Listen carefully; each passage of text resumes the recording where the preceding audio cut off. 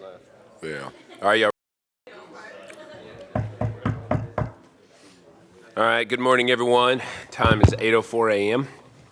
This is Saturday, July the 8th. I'm going to call the special city council meeting to order. Would the city secretary please call the roll? Mitchell. Here. Tobias. Here. Heiser. Here.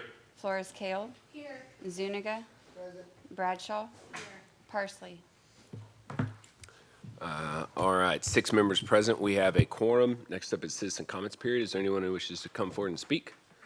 Seeing none, I'm going to close citizens comments period. Next up is agenda item number 1. Consider possible action, receive a report, hold a discussion, and provide staff direction regarding preliminary proposed operating and CIP budgets for fiscal year 2023-2024. Brian, before I hold it over, I was thinking about, I keep thinking about our last workshop where we had some items that we didn't get to just because as we're first here with lots of energy, we're getting after it, and then the things get delayed, and then we start getting tired. So I'm hopeful that we can handle this methodically, but a lot of that is going to be about us receiving information as Brian and staff provide it. So let's, if possible, let's try to keep our questions limited, not to say we don't talk, of course, but rather just focused questions, allow for an answer, and then continue to move forward so that we can get through this report in a timely manner. So with that, go ahead, Brian. Okay. Well, good morning, everyone. Thank you for your time on a Saturday morning at 8 o'clock to talk about budget. We have lots of coffee and some snacks to keep us going today. I know it is an early day, and we do appreciate your time. We have quite a bit of information for you in the packet. Before I go through the presentation, I wanted to take a moment just to call your attention to a few things that are included.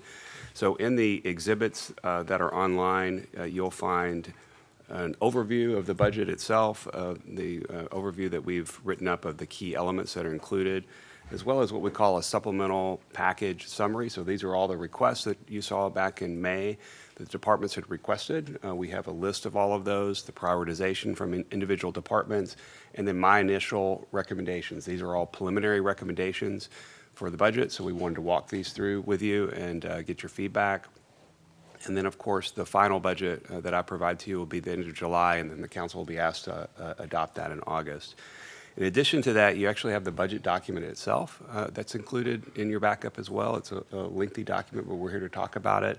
And then we have the presentation. So for most of today, we're going to focus just on the presentation, but all those other materials are there. If you have questions, we'll be happy to go through it. I'm going to start things off, and then I'll ask Pervez to take over here about midway through to walk you through the financials. He still does have a joke that he's been holding from us, so if we look a little tired or sleepy, he said he may use that. We've been trying to find out what it is, but he hasn't been able to reveal it just yet. It's a lot of build-up, Pervez.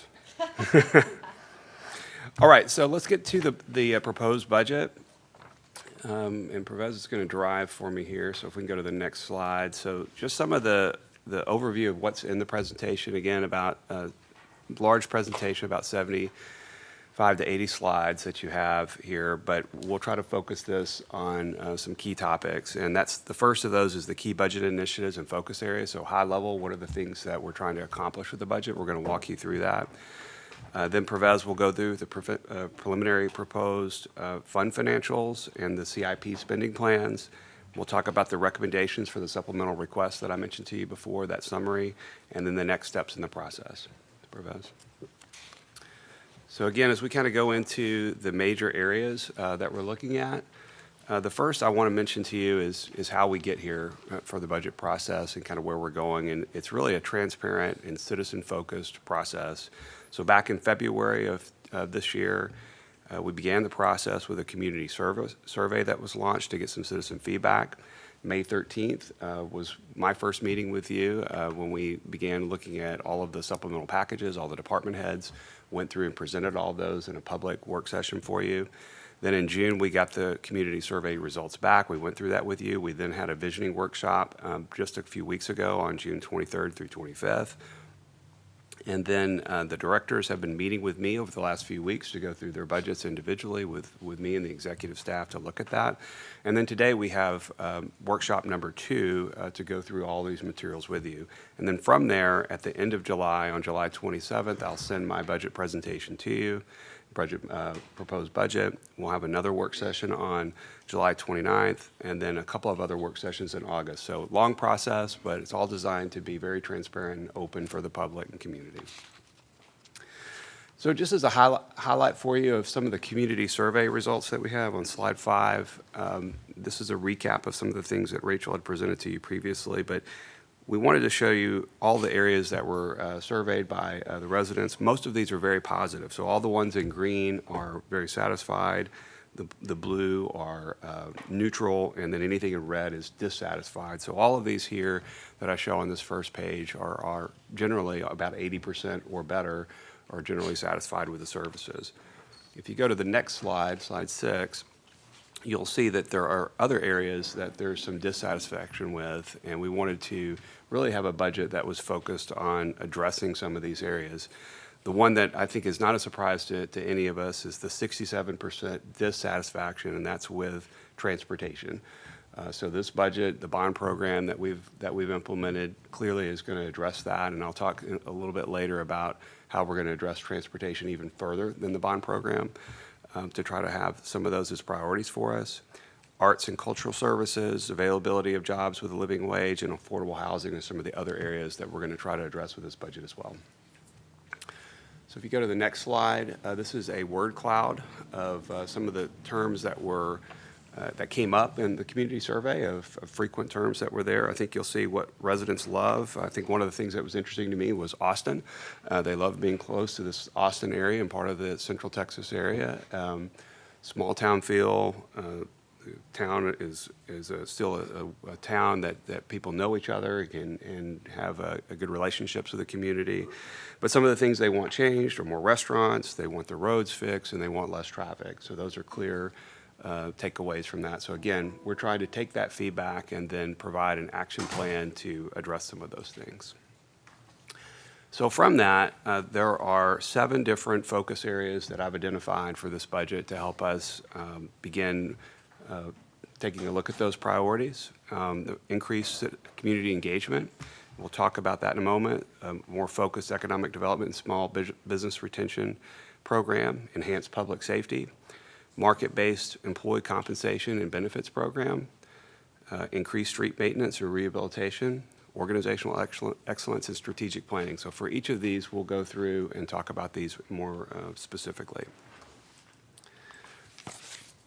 So on increased community engagement, one of the things that Rachel and I have been talking about is how to reach more of the community with information. I know for various times we've heard from you as council members and the community that they didn't know about some event or there's some piece of information that not everyone had gotten to. So one of the things we wanted to do was propose a mailer be sent, a newsletter, a quarterly newsletter be mailed to every household in the community 4 times a year. And this would have a variety of information about what's happening in the community, events that are coming up, and it's another way to provide information out to everyone in the community. A lot of people will get information from social media, they get it from the website, but some still rely on actual physical paper when they get that in the mail. So this will be another opportunity for us to try to provide more communication. The cost is estimated about $75,000 a year.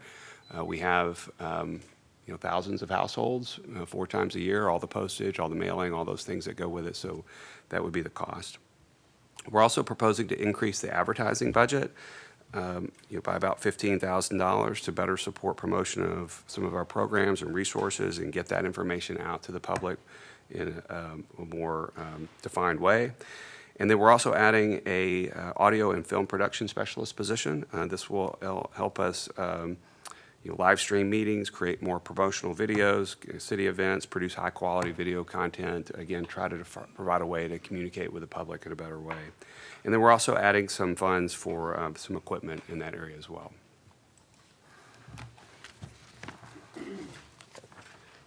Okay, slide 10 now is the focus economic development and small business retention. I wanted to mention just a few of the areas that I thought were takeaways that I've had as I've been working with you and listening to the community about areas that we needed to work on. And One of those would be promoting mixed-use developments that provide a diversity of housing options and price points. So again, as going back to the survey, there were some questions about affordability and types of housing that's provided in the community. I think we've all had a number of discussions about vertical mixed-use development. So this is going to be an emphasis for us, is to try to find opportunities where we can have those types of developments. We also want to seek opportunities to partner with major employers to increase wages in the community. So this is anytime we see an opportunity to get an industrial user or a major manufacturer or some company that has lots of jobs that increases the wages, how can we partner with them to bring them to the community is going to be a focus. And then we want to have an incentive framework for some of our strategic corridors. And as part of that, I wanted to specifically talk about creating an infrastructure plan for development of retail centers and grocery stores on the east side of the city. I know we spent some time talking about that with the council divisioning workshop, so that's, again, going to be a focus for us. A lot of that is about infrastructure, about where that needs to be in the community, and so we're going to try to address that. We also want to complete the downtown master plan, which is underway, and later on in the budget, as Pervez goes through the financials, you'll see that we've allocated about $10.5 million in cash for the downtown CIP plan, which is yet to be determined, but those are discussions we'll be having with you to see where we want to go with that. But we do have funds available to help us realize some of those downtown initiatives. And we also wanted to put in there a facade grant of $75,000 if a business was looking to improve the exterior of their business and dress that up, add an awning, increase signage, do something, lighting, something that would make it more attractive. The city would try to participate with them to help them do that. For small business retention and development, we also had a few other things that we're looking at doing. The small business support program of $50,000.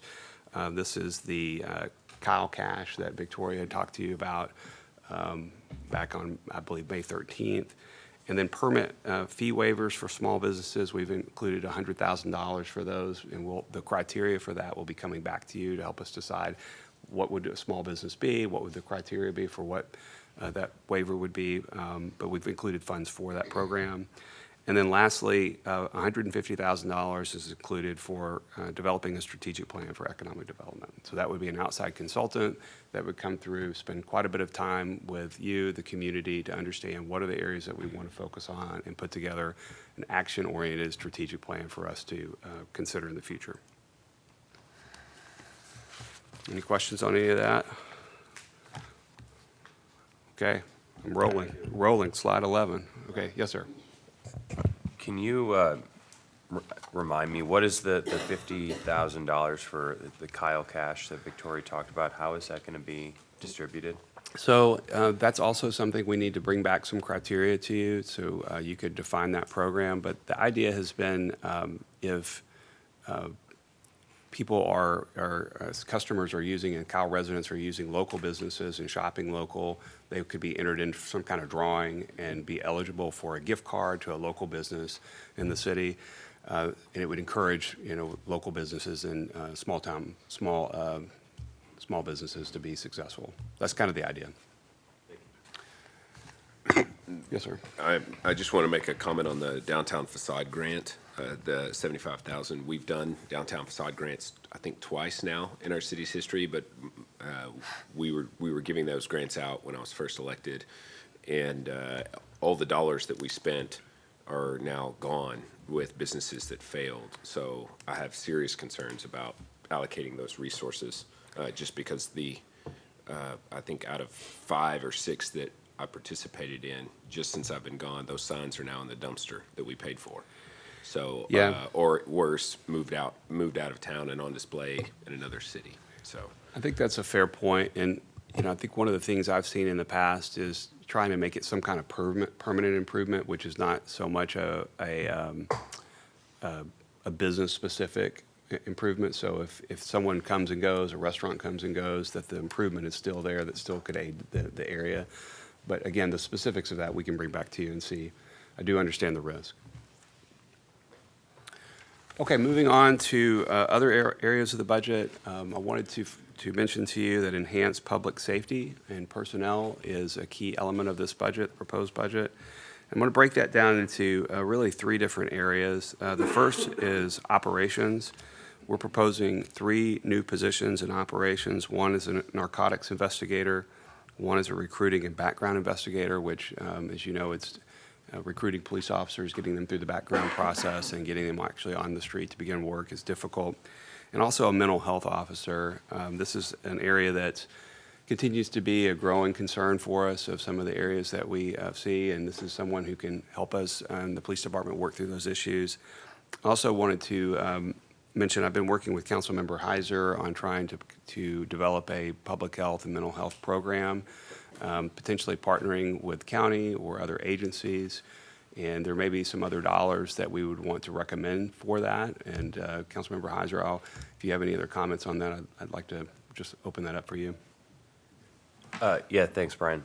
I joined something called the Behavioral Advisory Team. It's a county-led initiative with representatives from each city in the county. And the whole goal is to try to work together to provide more mental health resources to residents, whether it's through policing, the jail system, or for regular people out there who are looking to seek mental health care. It's very preliminary. I just was at the first meeting. It's existed, but I was at my first meeting a couple days ago. But I'd like to set aside a dollar figure, and I'm going to be really honest. I don't know how it's going to be spent, but I'd like to at least put it as a line item. And if we end up not using it, we don't use it. But I think through various conversations, we've all been in agreement that we could do more to provide mental health resources to residents of Kyle. So I'd like to propose setting aside $100,000, and then we can further deliberate when I have more information. I'm going to bring Brian to one of the meetings so that he can be more clued in. And Chief, I know that a lot of people in the room you have strong relationships with, so I'm probably going to lean on you for some direction there as well. But I just wanted to bring that up now, so we can figure it out later. Okay, and we can certainly begin including some funds in the budget, and I think as we develop that further, we can bring it back to the council, discuss the elements of the program and what the council would be comfortable with. So in addition to the 3 positions I mentioned in operations, also in support, this is an important function for the police department. I've been talking to the chief about a fleet and facility coordinator. There's a large growing fleet of vehicles and equipment that we need to manage, a quartermaster position, also an administrative assistant and HR specialist to help them through all of the different issues that they have of managing a large and diverse workforce. In addition to that, the chief and I have talked about putting together a staffing study for the police department to help us identify a 5-year strategic plan for the police department. What positions do we need now? Which ones do we need over time based on our demographics, call volumes, geographic issues that we have, transportation? What are the types of positions that we have? Where do they need to be deployed and why?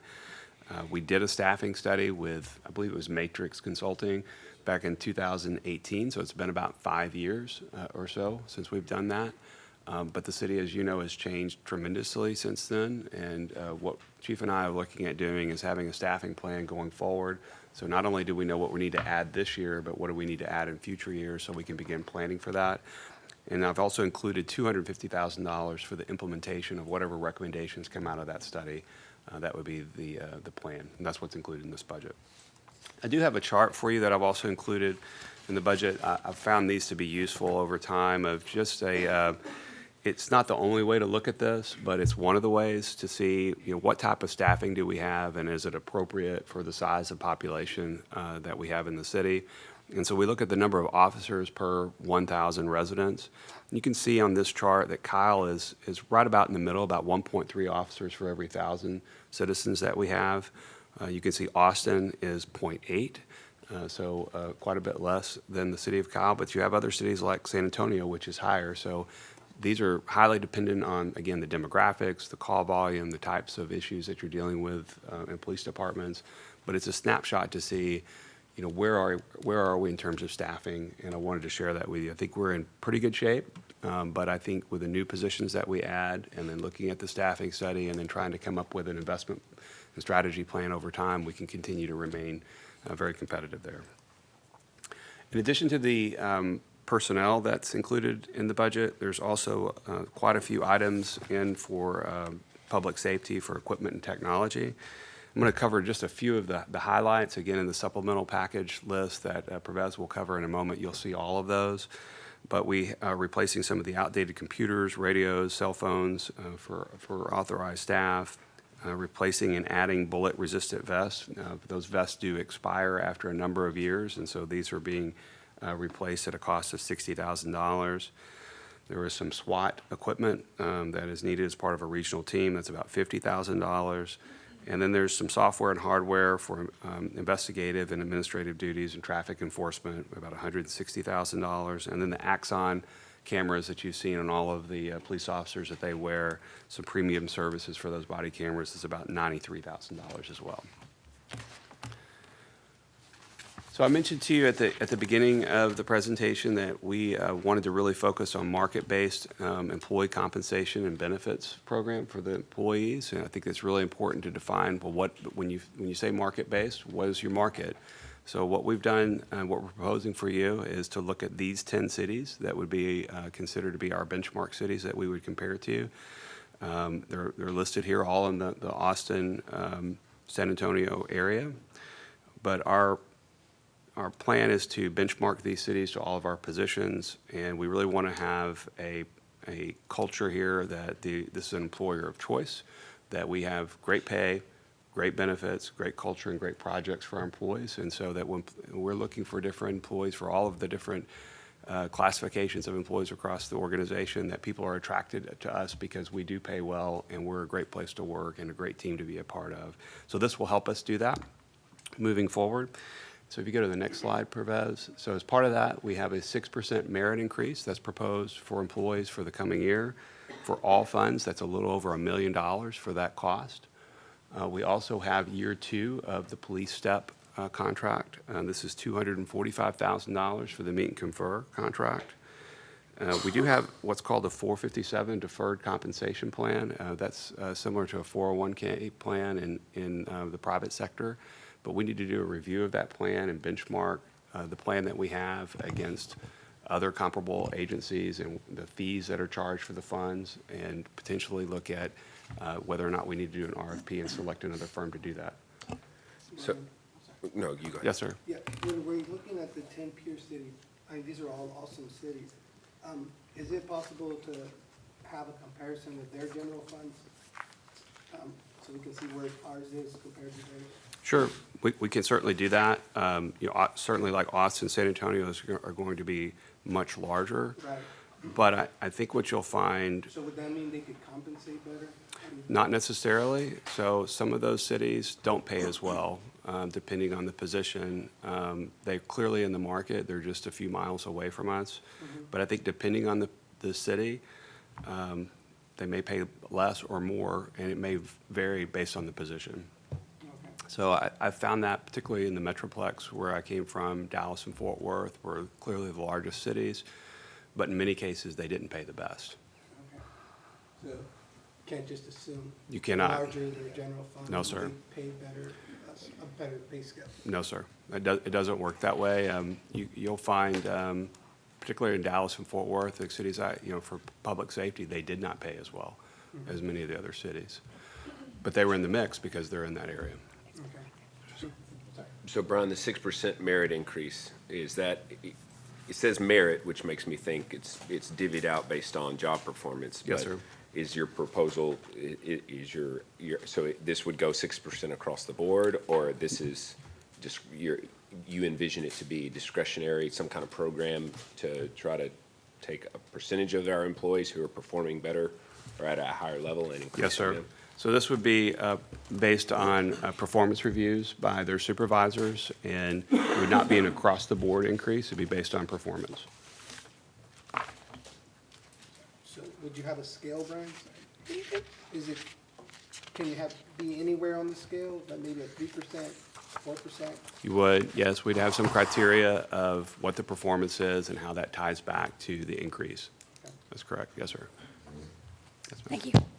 Although I agree that I think pay needs to be increased, when I look at this list of great pay, great benefits, great culture, and great projects, what I want to see up front is great culture.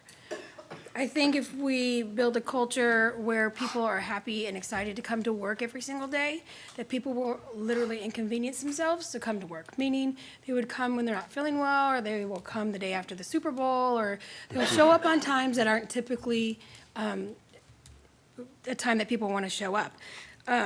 So what can we do? And I think more of a focus needs to be put on culture. What can we do to increase the culture and make that our number one goal, as opposed to pay and benefits? Because from what we just gave a 20% increase last year. And the benefits, I don't know if I've really heard of a lot of complaints about the benefits.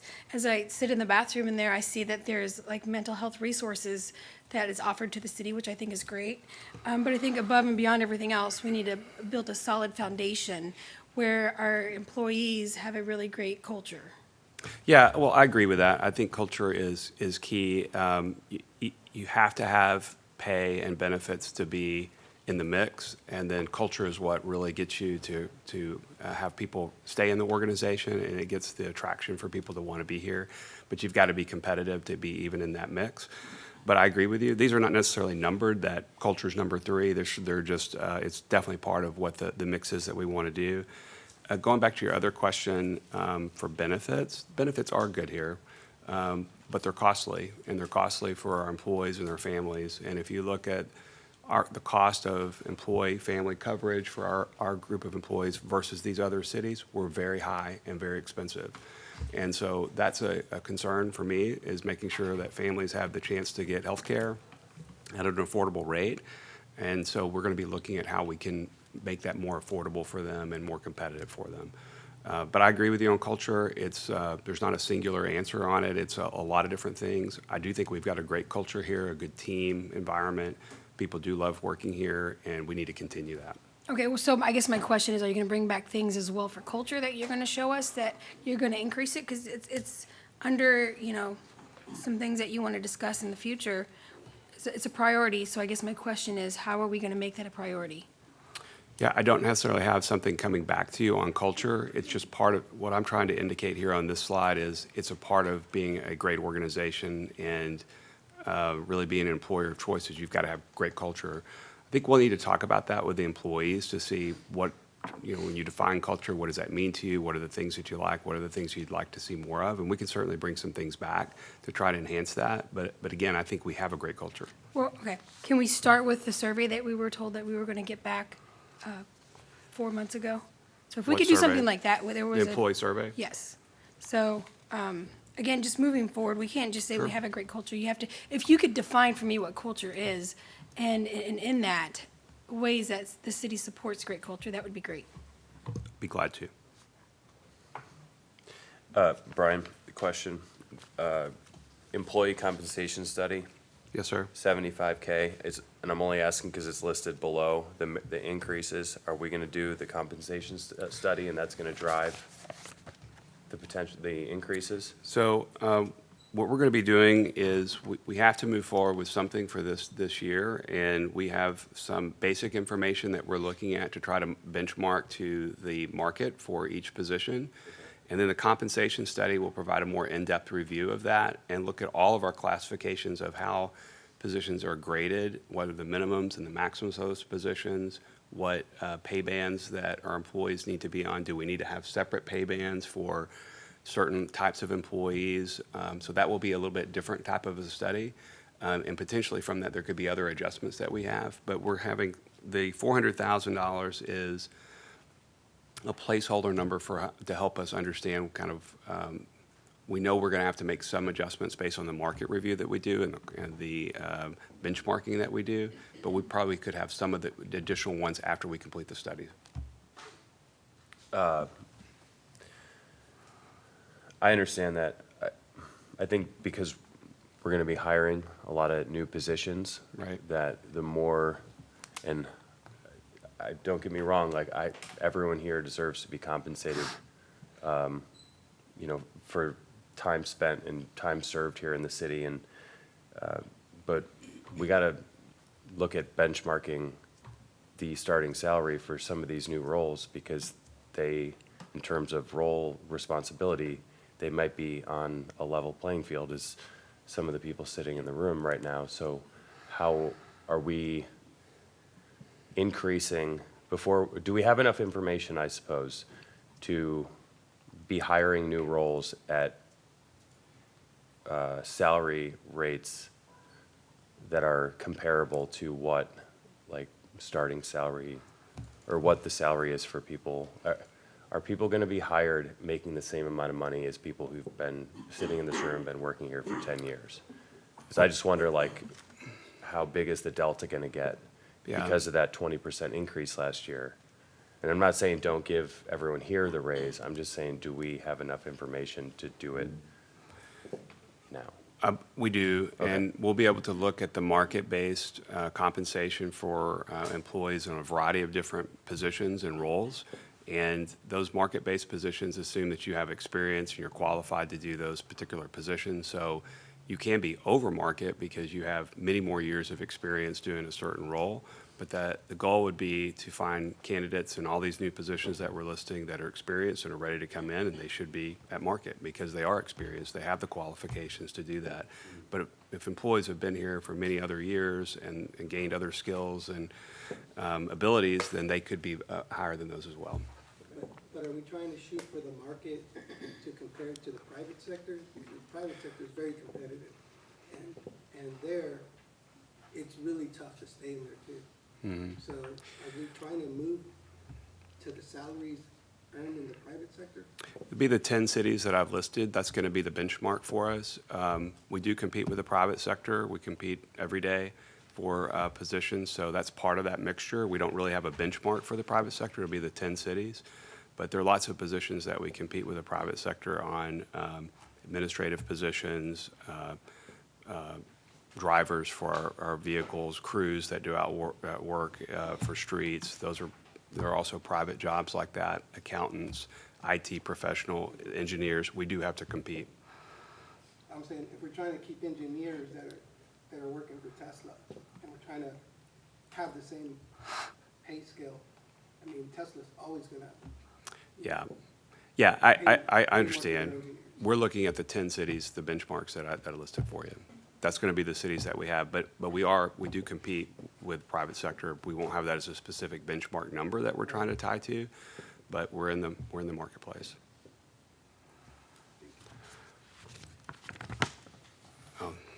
Okay.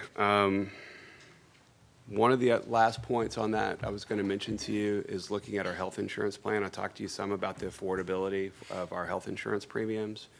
One of the things I want to look at is going potentially to a self-funded health insurance plan. So right now we have a third party that provides insurance to the city. As you get to a larger organization, you have more employees.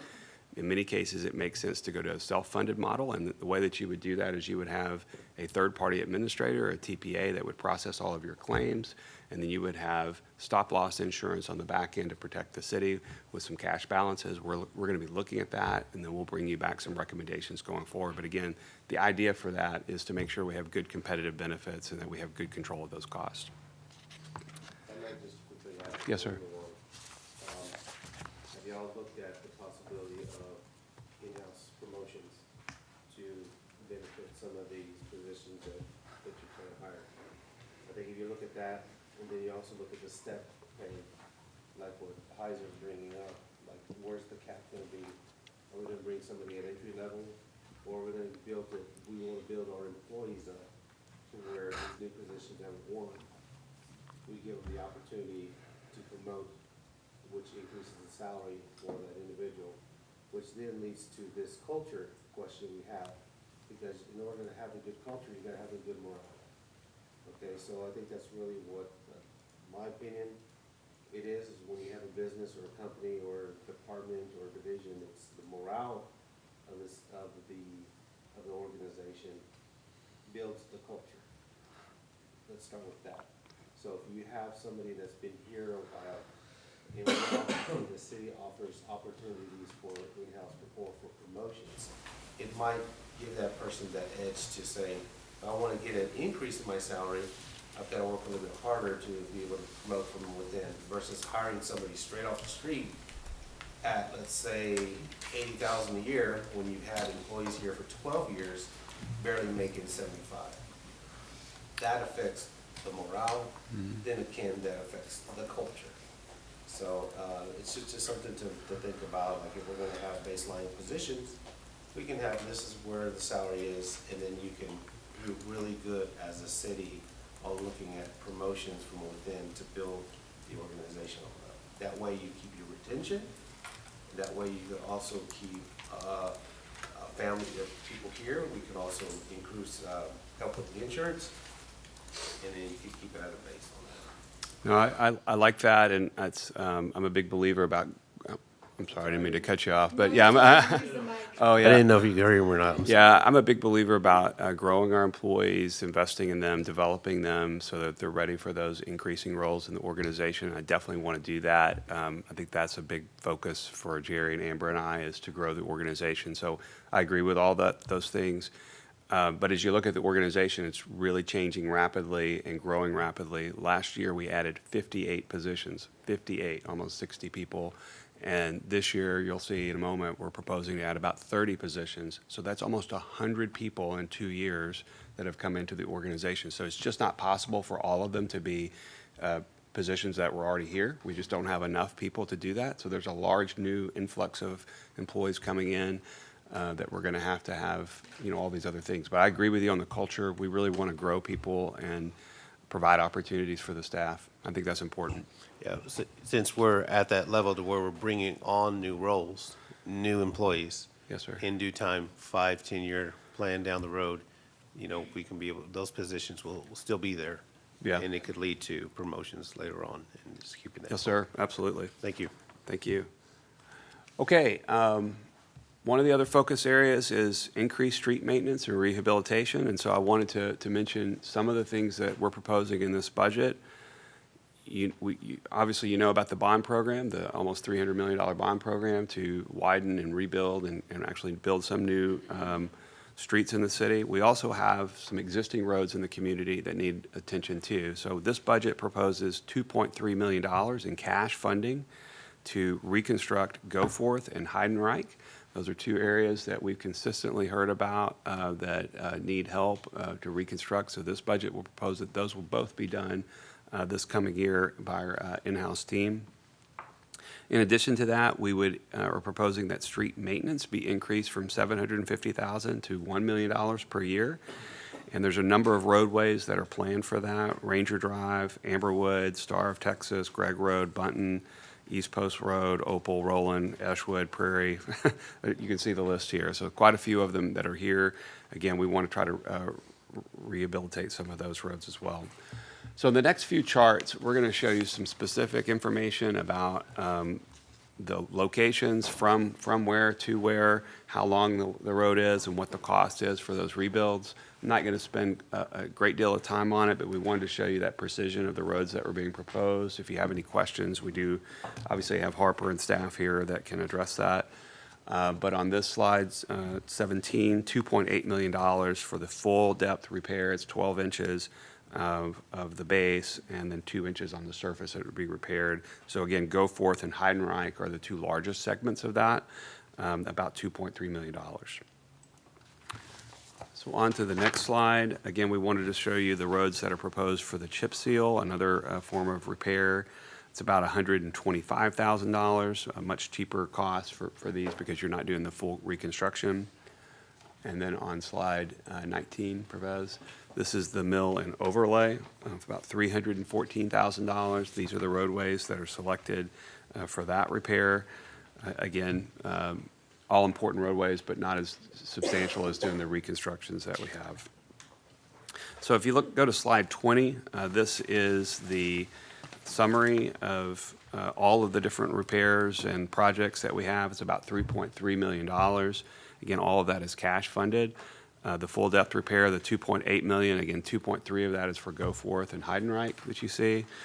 So substantial increase in funding for street maintenance, and we're pleased to be able to bring this forward to you. But before I continue, I thought I might stop and see, is there any questions on any of that or any concerns that we need to talk about? Yes, ma'am. I just have a question. Just maybe a little closer. Will this be in-house Yes. repairs? Yes, ma'am. Okay, That's correct. thank you. I'd just like to know, when was the last time that any repairs were done on these, just so that I can understand how often. This really helps us.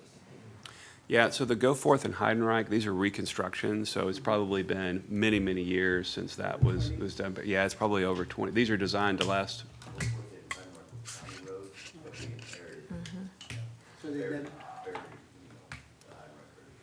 So they've never had any city work done on them? Okay. So this will give us a good benchmark now, I guess, to see, I guess, what the reconstruction does. How long We've done Plymouth roads. We sent a whole list for all of last year, what you guys completed last year. And we've done a considerable amount, actually. We just did this, all the downtown area back here, on the east, southeast of, Center Street right here in downtown. So, everybody that we've talked to over there has been really pleased.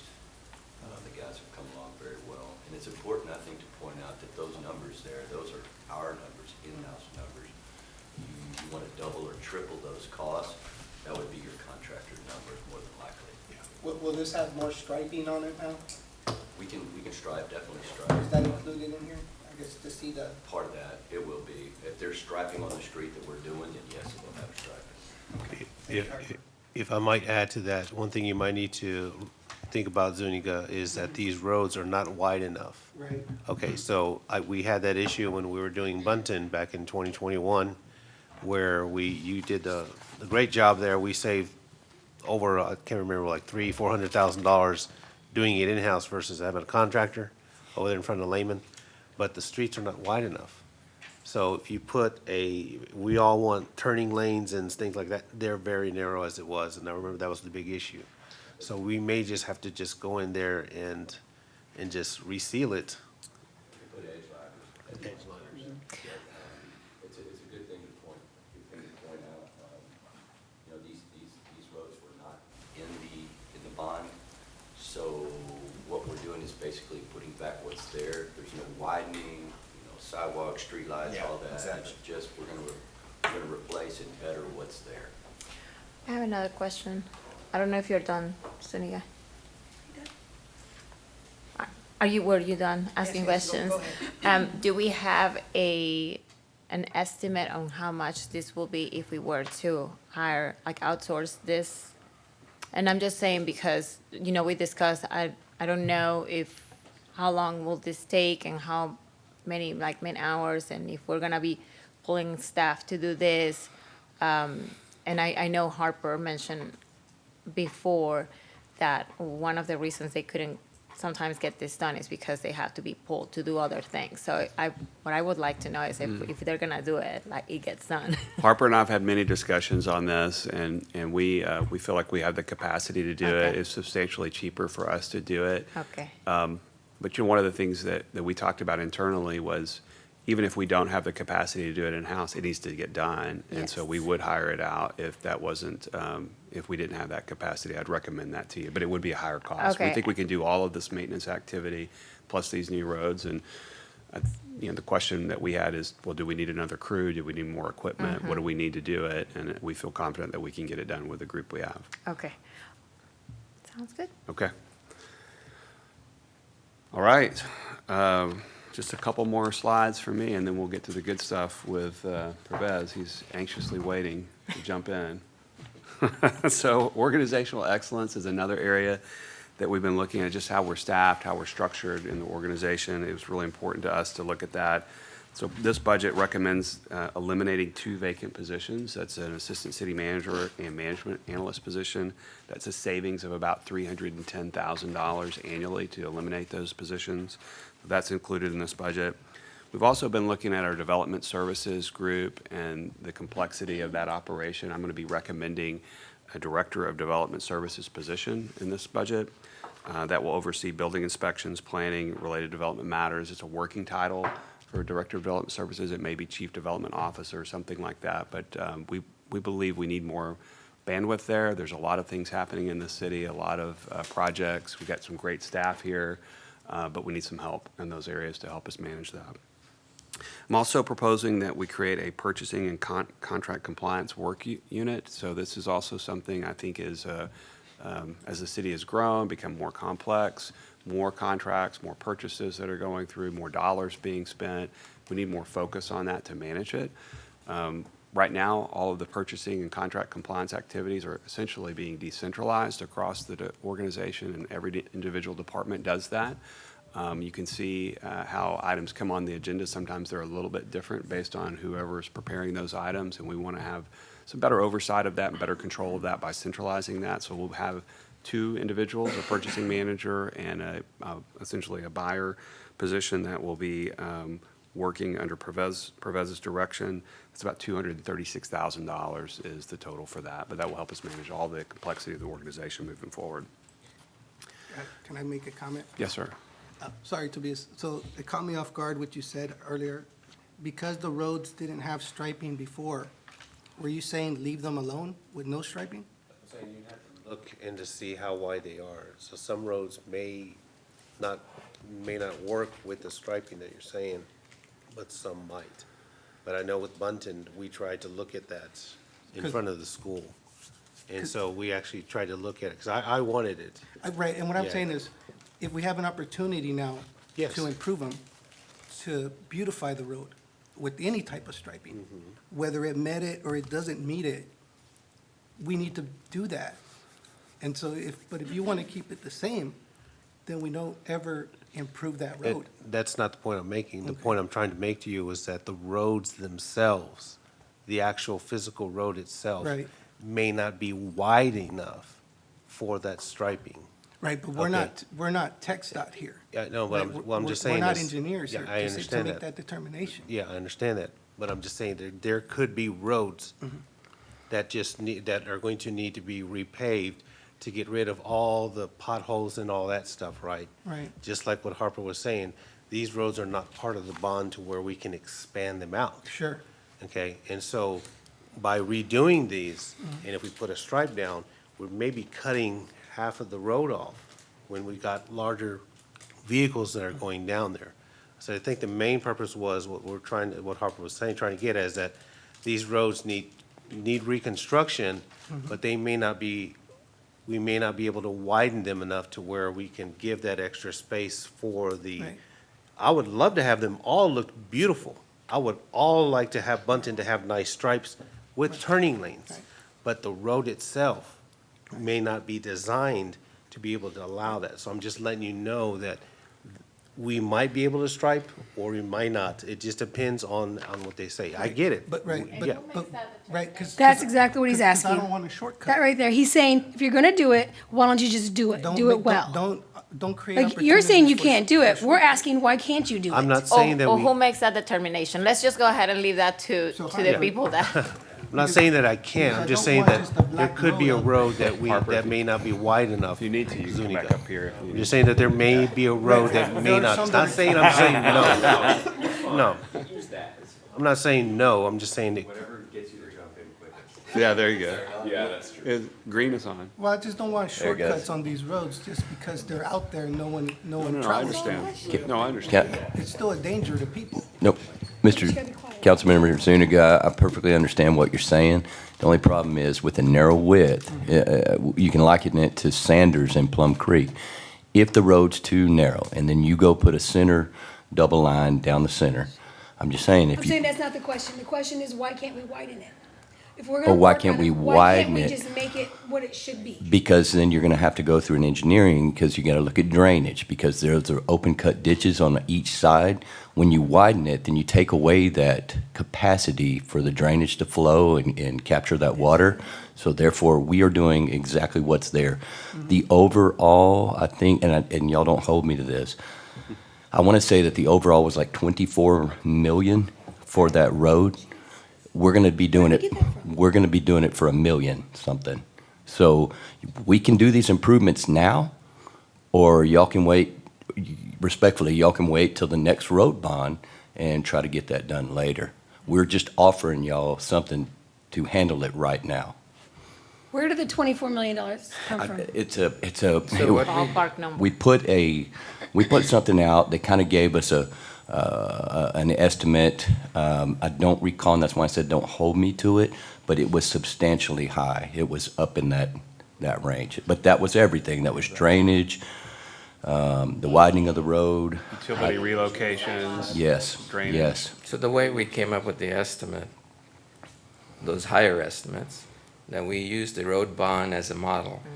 How much is it costing the city per mile to have 5 lanes, 2 on each side, a turning lane, street lamps, sidewalks, drainage, utilities, full-fledged gold standard? So that's how those $36 million cost estimates came about. What Harper is doing, he's just overlaying what's already existing. Right. Full depth. So why would you base that off of 5, why would anybody base it off of 5 lanes instead of 2? That was the best. Yeah, but Estimate that's we the have. $24 million that we can't afford, but what if it's cheaper just to redo it, to include the drainage with 2 lanes and no sidewalk? I don't know, just why does it have to be the max capacity? Because we're spending $1.2 million. I see the concern of wanting, if we're gonna do it, let's do it right. I see people wanna bond out, I see we don't wanna spend all this money. There's gotta be a different solution than just repaving and saying, okay, that's what's gonna be for now. Because there's an elementary school that's gonna be built out there in Heidelberg. So looking Yeah. at the future, that road is gonna need improvements. Well, to that end, we can certainly bring you back options. That's what I was But gonna it's say. going to be, it will be substantially more. And if the council wants to fund that, we can look at trying to fund that. But we can certainly bring you options. I don't know the number of lanes, and we can look at, what it should be. But the thing you don't want to do is invest, let's say it's $10 million to build 3 lanes when it really needs to be 5 over a 20-year period.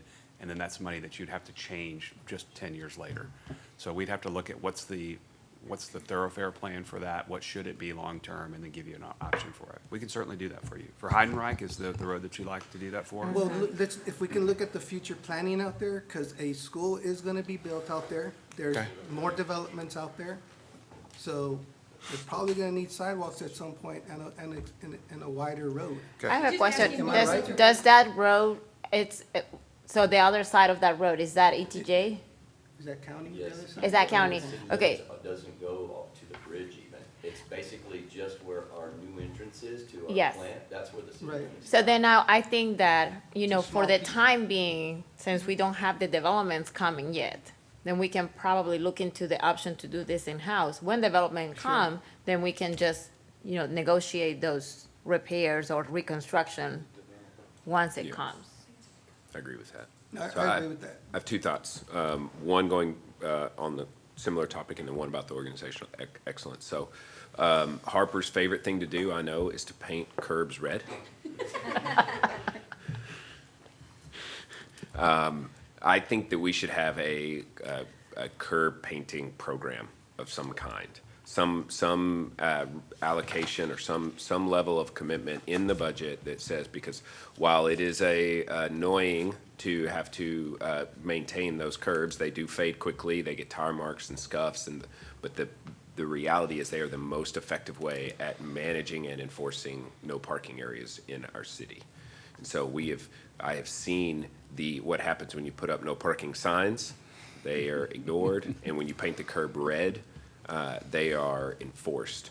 And I understand that the street curbs are not the enforceable mechanism. I've had this discussion many, many times. But in terms of practically how people respond, they respond to those very well. And so there are many neighborhoods and communities and streets throughout the city who had curbs painted red at one point in time that you can barely even tell that they're red anymore. So I don't know how we go about getting that prioritized in the budget. It's a manpower issue. It does not cost much. It's just some red paint. We have the ability, but I would like for that to be something that staff considers as we're moving forward, is an actual program, just like our microsurfacing program, to maintain and expand our curbs and keep them looking fresh, because it is sort of a lipstick. I guess the color even matches, but it makes roads look better when the curbs are freshly painted. Well, we could certainly bring you back something on that, and at the end of July, we could have a more precision about what that cost is and the materials, those kinds of things, but we can certainly do that if the council's So, and interested. the second thing I wanted to say was on your organizational excellence, this purchasing contract compliance work unit. I really just wanted to underscore that because I think that's something that you're bringing that's really unique. That where it has been clear that we've had some deficiencies in streamlining our procurement policies and our contract standardization, those kind of things. And I know that you're committed to that.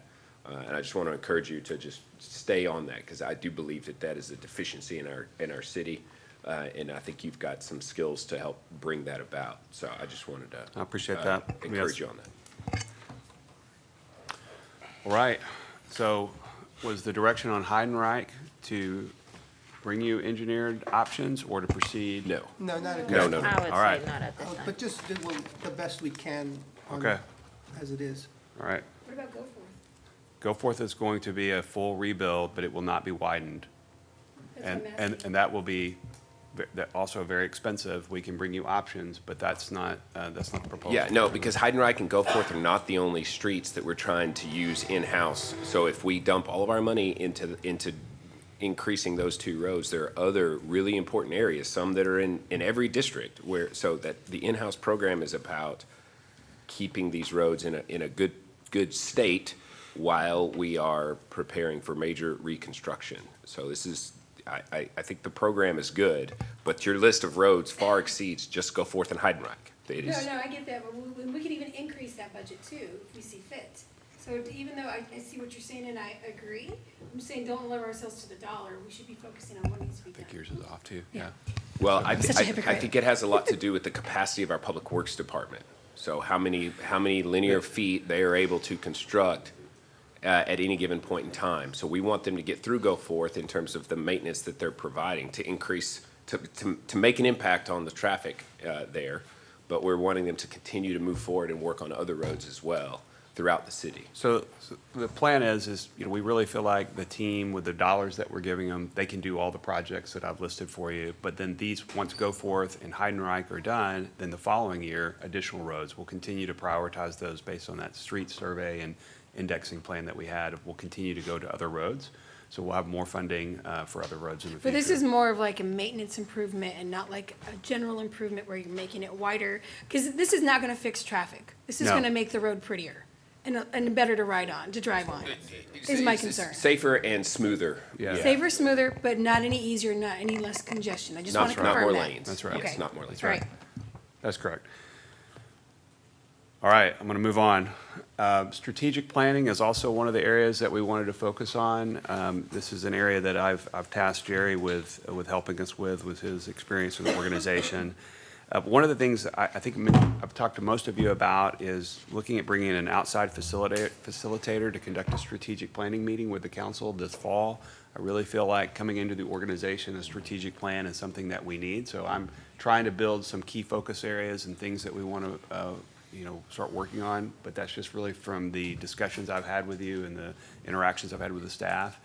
I really think we need a strategic planning document that outlines what we want to do not only next year, but really down the road, the next 2 or 3 years. So this will be some money in here for us to have that facilitation and to start that process. And then we'll develop that citywide strategic plan. It helps us guide decision-making for all the things that we do.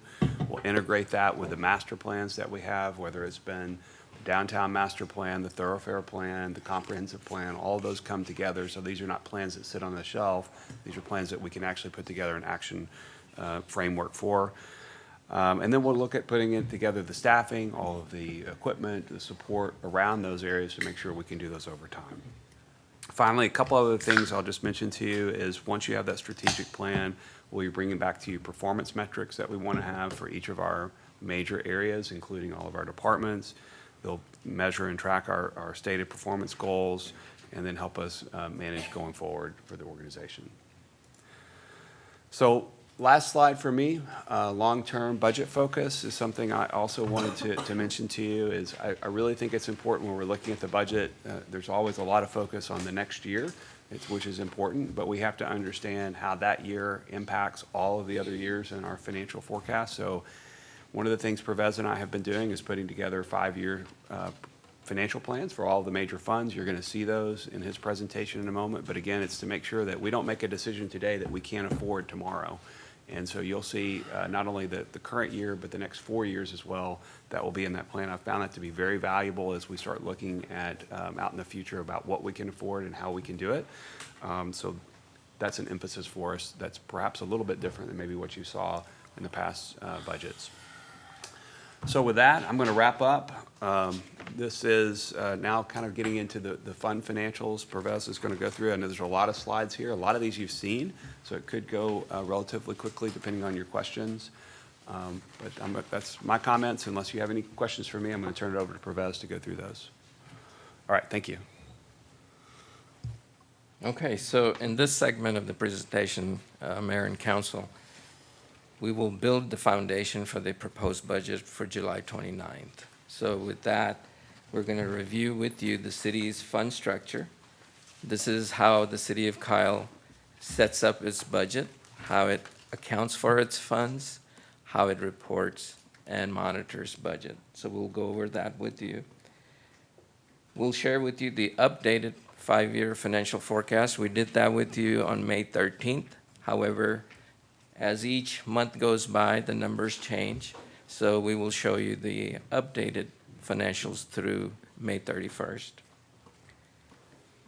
This will include the 4 major operating funds of the city, and we will also show you revenues, expenditures, and fund balances in each one of those funds for the next 5 years, what it looks like. We will show you and share with you the projected availability of funds. This will be the foundation of next year's budget in each one of those major funds. And then based on the availability of funds, we will share with you the preliminary proposed budget. The reason I call it preliminary is because we're still working on the proposed budget, and we'll finalize that and bring before you on July 29th. The major operating funds totals about 30% of the city's funds. Other funds total about 70%. And we'll go over those, show you where those monies are and how we budget. We will review with you today the city manager's preliminary recommended list of supplemental requests that departments have made. We'll go over those. And finally, before I turn it back over to the city manager, we'll quickly review the key dates for the upcoming budget process. So from here until the budget is adopted, we will quickly go over those.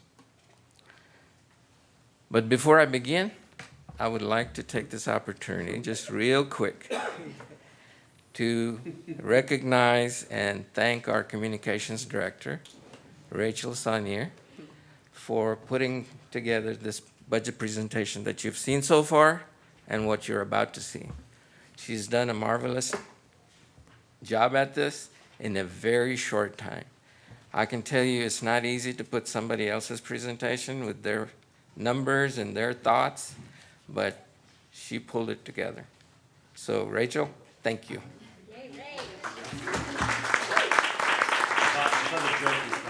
I thought it was going to be a joke.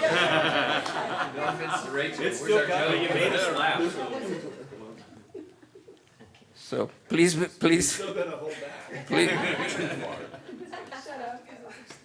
please be at ease. I'm not going to tell any jokes.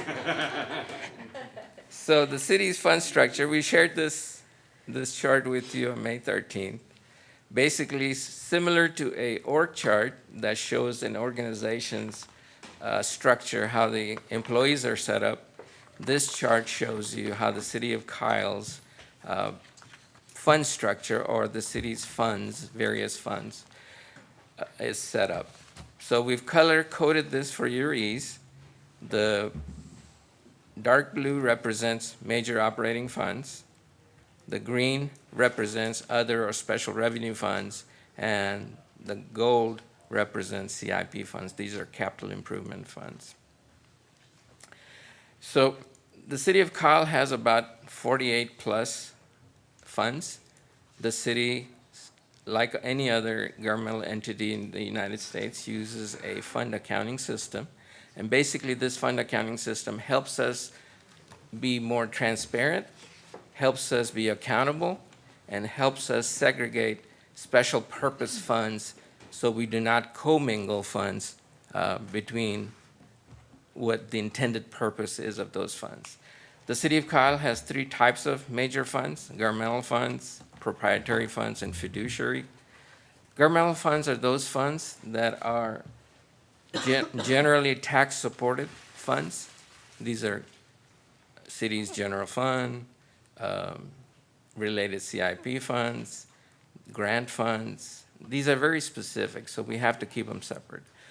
Proprietary funds are those that are similar to a business enterprise. They're supported by fees and user charges. And then lastly, the fiduciary fund is our other post-employment benefit fund. So that's how we have set up our city's budget and the accounting system. Just to give you a scale of this, larger cities have more funds. We are kind of in the middle compared to other cities. We looked at the 10 cities that Bryan went through earlier. We're in the middle of that.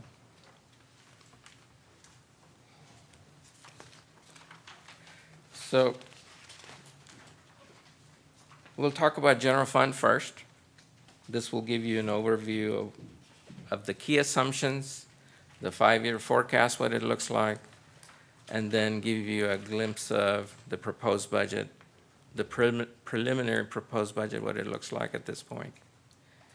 So on the key assumptions, some of these may look familiar to you. We've shared this with you before. For the general fund, as you well know, we won't get the certified tax rolls until July 25th. But until then, we're working with a preliminary estimate from Hayes CAD. We're assuming that the existing properties, meaning not new construction, same properties that were on the tax roll last year, we're assuming that valuations will be 15% increase in '24.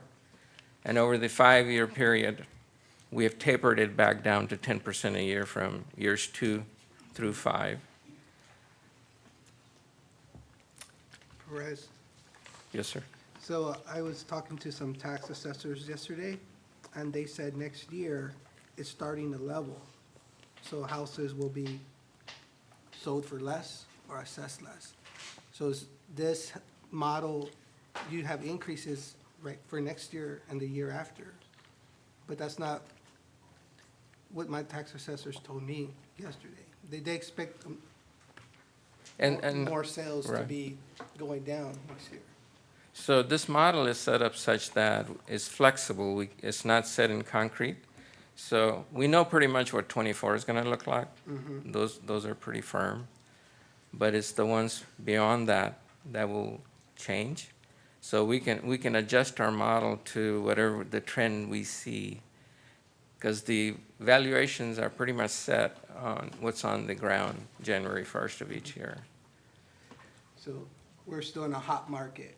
We are in a hot market. There's plenty of properties in the pipeline, in the development. But years 2 through 5, we can definitely adjust our forecast. Same time next year, we will be tweaking these assumptions. But for '24, we're pretty confident what it's going to look like. Okay. Yes, sir.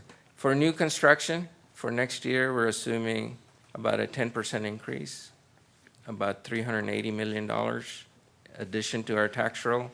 And then you'll notice that in future years, we've pulled back on that assumption. Sales tax, we're assuming next year a 10.2% growth in our base sales tax revenue, and I'll show you in a minute what those numbers will look like. And then in future years, about 10%. Development revenue, these are permit fees, plan review fees, and we're assuming about 9% next year, and then pull back at 5%. Employee compensation, next year we're assuming a 6% merit increase, and then we're tapering back to 5% per year, which is pretty normal for most governments. So this is our City of Kyle property tax rate history. I believe it's about 35 years. So just to give you a highlight, in 1992, that's our tallest bar on this chart. That was, our tax rate at that point was almost 70 cents, 69.26 cents per $100 of valuation. In the middle, in 2008, is our lowest tax rate, which was 27.07 cents per $100. And then if you look at towards the end where we are today, we're at 50.82 cents per $100 valuations. I cannot explain the 2008. But that was a housing market crash, wasn't it? Yeah, it's true. I mean, I can, and I'm not even smart. But I'm saying to compare to 2008, I think is really, for probably 2008 to 2010 is not fair, because that's when the housing market crashed. But our fixed costs were still there. So Yeah, so the general consensus of the council at that time, it was a part of a change in sort of philosophy, if you remember the red wave. Yeah. So there was a mentality back then to lower the city's tax rate to the lowest possible amount every year for several years in a row.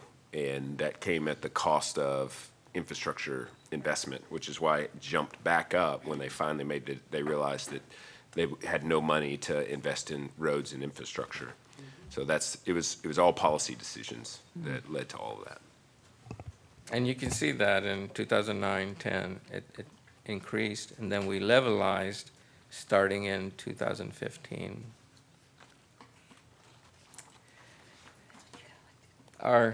Well, and so the thinking at that time, just so you can understand, so the city of San Marcos hadn't changed their tax rate in like 10 years when I was first elected. And I considered that to be a really good model for budget preparation, is to make as little impact on the tax rate as you can and use the revenues that you get from maintaining that tax rate to make investments. So it was very intentional to, at least on my part, for the influence that I had to try to keep the tax rate level. The change, SB2 requires the tax rate to come down now because we're not able to keep it level. And so you've seen that happen across many jurisdictions. Yes. So this next graph, this pie chart, shows you if you're a homeowner within the city of Kyle city limits, you're paying approximately $2.43 in your tax rate. And the jurisdictions, this has the 8 taxing jurisdictions on this graph, the largest being the blue pie, which is the Hayes Consolidated. Their tax bill on your average homeowner is about 55%. Then the next highest is City of Kyle. And then the third highest would be the county. So this gives you an idea that the 8 taxing jurisdictions on a typical homeowner's tax bill. Moving on to sales tax. We have steadily climbed in sales tax collections as we've grown. We have more retail businesses, both bricks and mortar, as well as online shopping. The COVID really helped the increase in online sales tax collections, and we see that quite noticeably. But sales tax is a double-edged sword. As we get closer and closer to property tax, which I will show you in a minute, we're neck and neck, property tax revenues and sales tax revenues.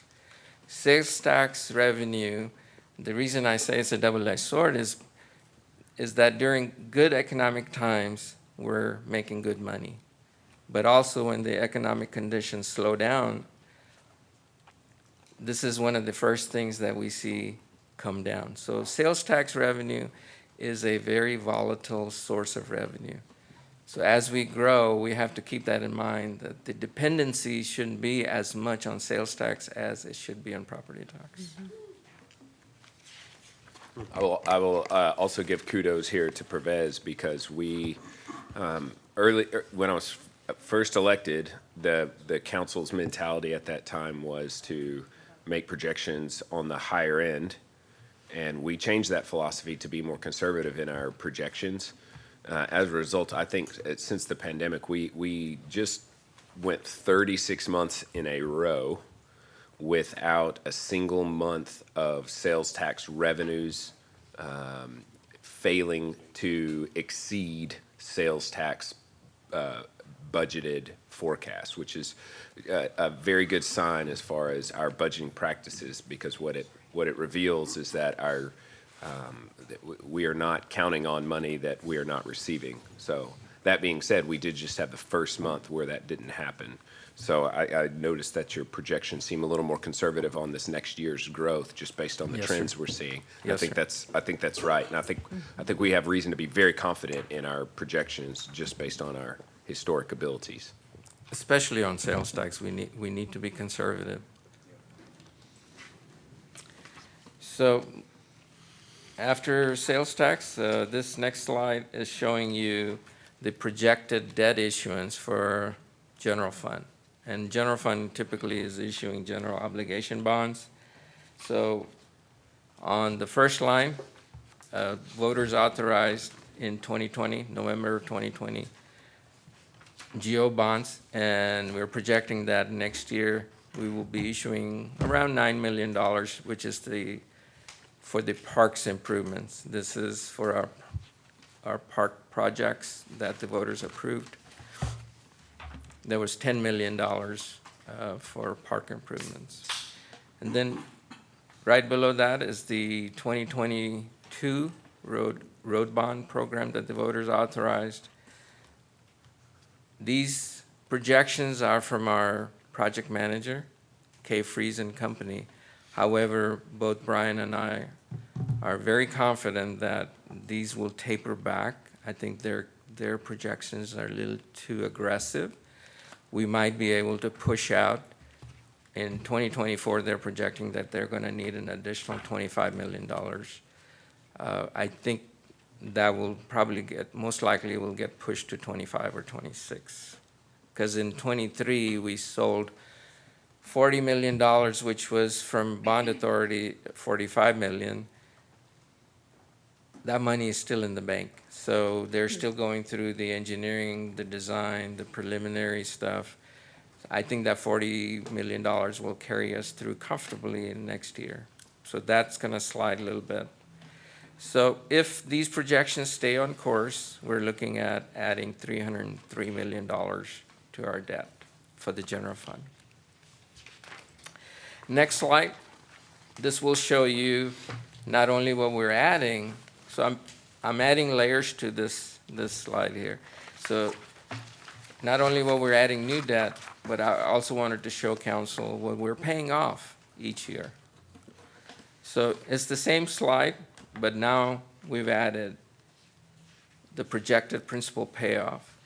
So the net addition, which is the last line, if the projections stay on course, which we know is going to change, is estimated to be about $322 million for general fund. Projected property taxes, we can't talk about expenditures and debt without property tax rates because it results in property tax rate impact.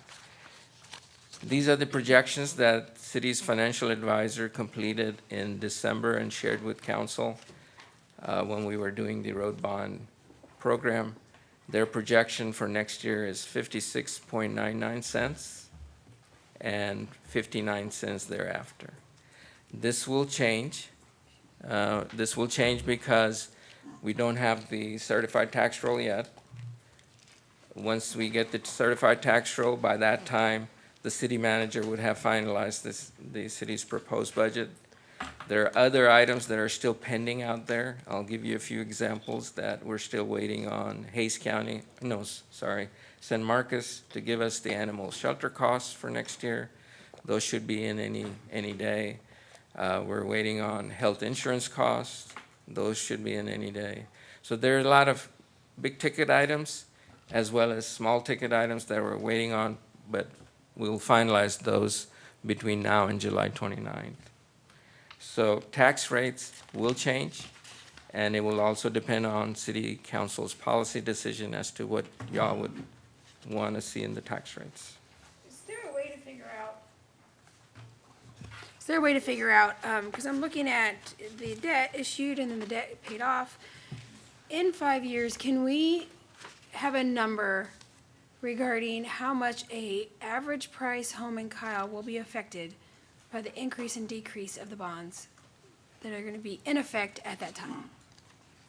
We can, but those will be strictly estimates, Right, because we're projecting, depending on what growth assumptions we use, as you were sharing, if the valuations dip down, or we continue with the growth that we're assuming.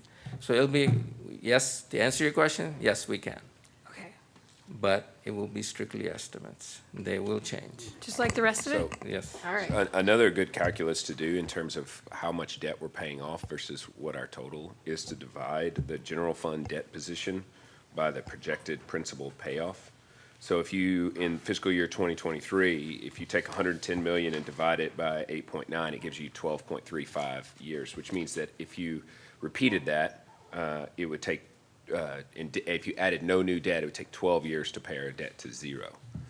So the idea of in terms of our fiscal policy, which again, Pervez is the master at this, it gives you a good idea that we are doing, even though our debt is going up, our cash flows are strong, and we are paying back a considerable amount of debt every single year. It's not like it's going to take 30 years to pay it off based on how much we're paying. right, that's exactly what I wanna see. So I wanna see what that's gonna look like in 5 years with the balance of the payoff and the new debt. Yeah, we can definitely show you that. Okay, thank you. If you take fiscal year 2028, which is 5 years away, 319 million, which would be the total debt position, minus divided by a $20.6 million principal reduction, that's 15.5 years. Is that accounting for like, no, not any future debt, right? Yeah, any new debt. that we- Any new debt, yeah. Yeah, that considers our general fund debt position this year is 110 million. It's projected to be 319 in 2028, Okay. but we are still paying back, with our forecast, we are still paying back, on a 15-year scale. Even though some of the debt is being borrowed at a 30-year amortization, it gets refinanced and repackaged, and we continue to make substantial debt payments on the overall debt position. But I just want to make sure that I'm understanding. So we have that projection for 2028, just including the current debt, correct? After we issue all the bonds, like for the road and all of that? Not accounting for any new, Right, if we were to go Future. for a future bond, That that would would be increase that total amount. Okay. But another thing to consider is our debt capacity has changed really dramatically, because from 2016 to 2021, our city increased its total valuation by almost 2x, and yet our debt position remained the same. So our overall debt capacity doubled. yeah. Yeah, I think one thing we can certainly prepare for you, and I encourage the council to look at is debt as a percentage of assessed valuation or per capita, because the absolute numbers grow, but the population is growing, the assessed valuation is also growing, so the relative level of indebtedness may not change as much as you think. It's certainly growing a lot here because of the bond program, but the other thing to think about is just the size of the overall budget. So it's $80 million a year is projected by 2028, I believe, for the general fund. So if you think about what's that number over 20 years, that's $1.6 billion that will go through the city in the next 20 years in the general fund. So if you put it in the context of the bonds, I know 300 million, it's a lot of money any way you slice it, but if that context of the revenue you're going to have, as you start kind of getting a better feel for it. So hopefully that makes a little sense. It's just the numbers get big, but there's a lot of other context to provide around kind of what that means. And the other thing to keep in mind is when we issue general fund debt, which are general obligation bonds paid with property tax, we don't go beyond 20 years. So it's the maximum 20 years. Now, when we issue debt that is supported by either TERS revenue or utility revenue, those infrastructures are with the lifespan, economic useful life of 50-plus years. So those types of debt, we issue 30-year debt. So, but for general fund, you know it's going to be paid within 20 years as we issue new debt. Is this new tax rate increase have to be voted on by the voters? No.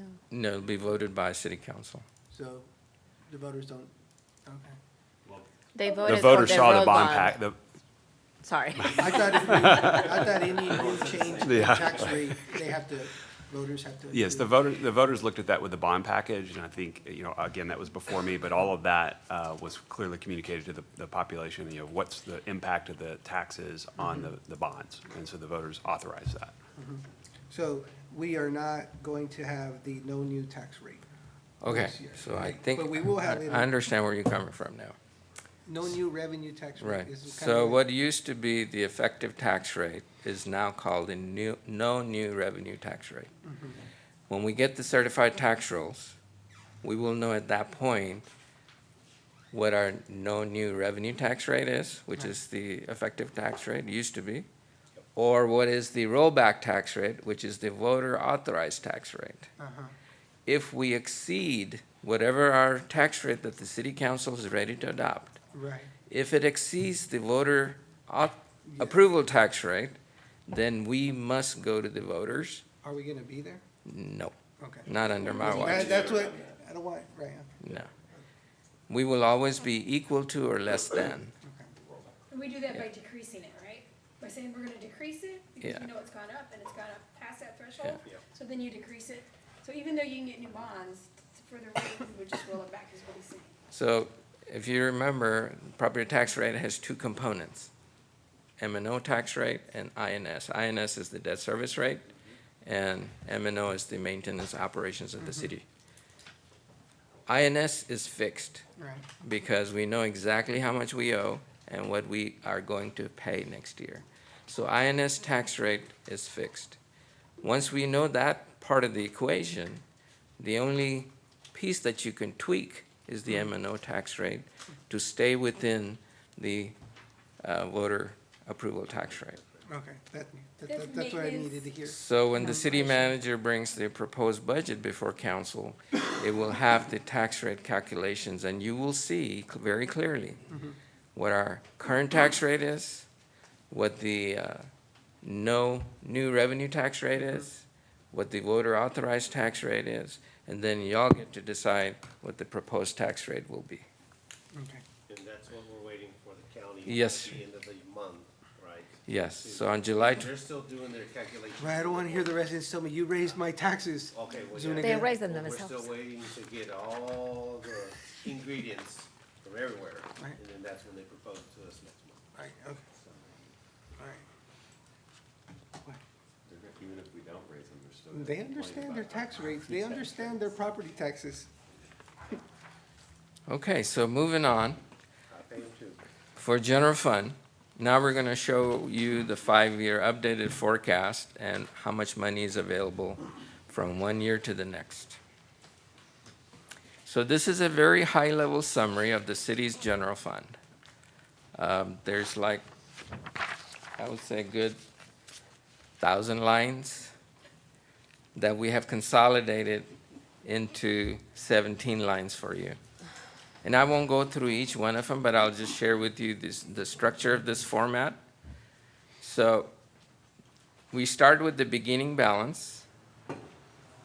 We add revenues. We are showing you the key revenue sources: property tax, sales tax, development revenues, and other revenues. Other revenues include court fines, library fees, recreation programs, special events, police department fines. And then expenditures, here again, at a very high level, operations and maintenance costs, any future supplemental, cash funding of CIP, any equipment that we're gonna cash fund, and then show you the total expenditures. So what I'd like to do is show you the 5 years. The closest one is next year, which is year number 1. We are estimating or projecting $63 million in total revenues from all sources for the general fund.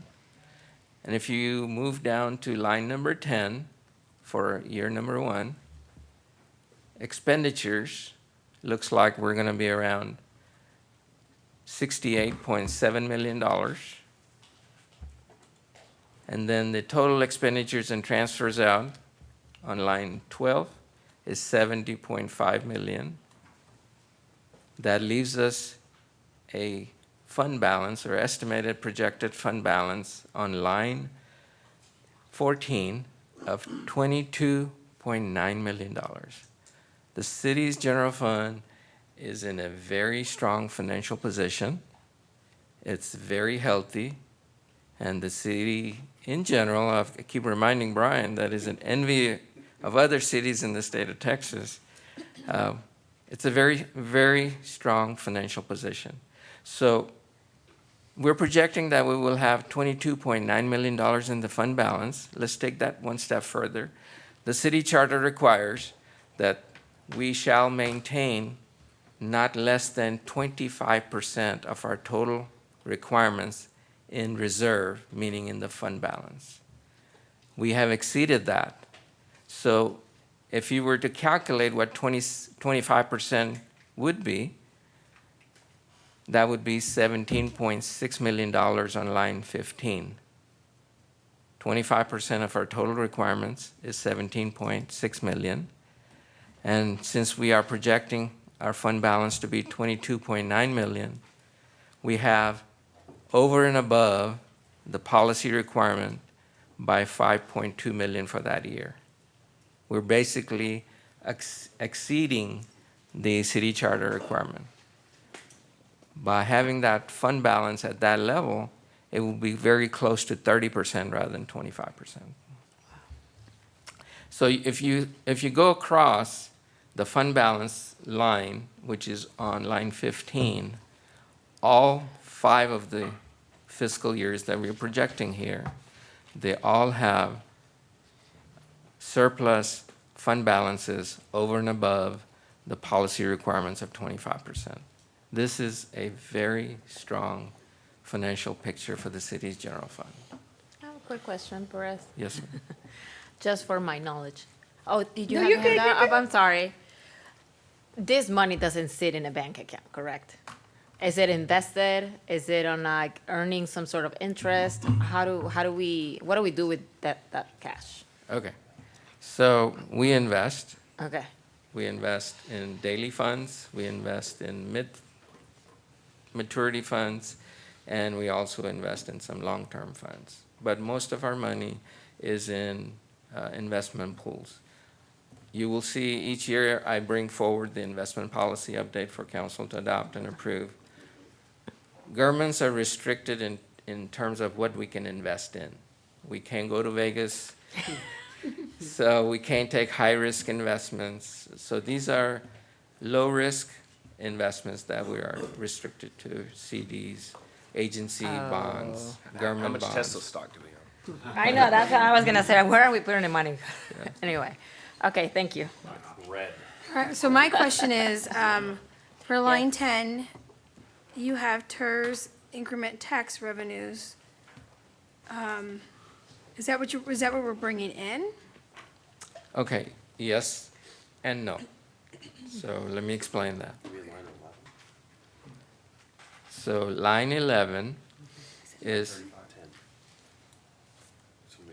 Oh, yeah. No, I'm sorry, yeah, not line 11. okay, line 11 is the transfer out from general fund to the TERS funds. Remember, we have separate funds, right? So when the property tax is collected, it's all collected for the M&O portion of it in the general fund, including for TERSs. And then for each TERS, we have to send it back, transfer to the individual TERS funds.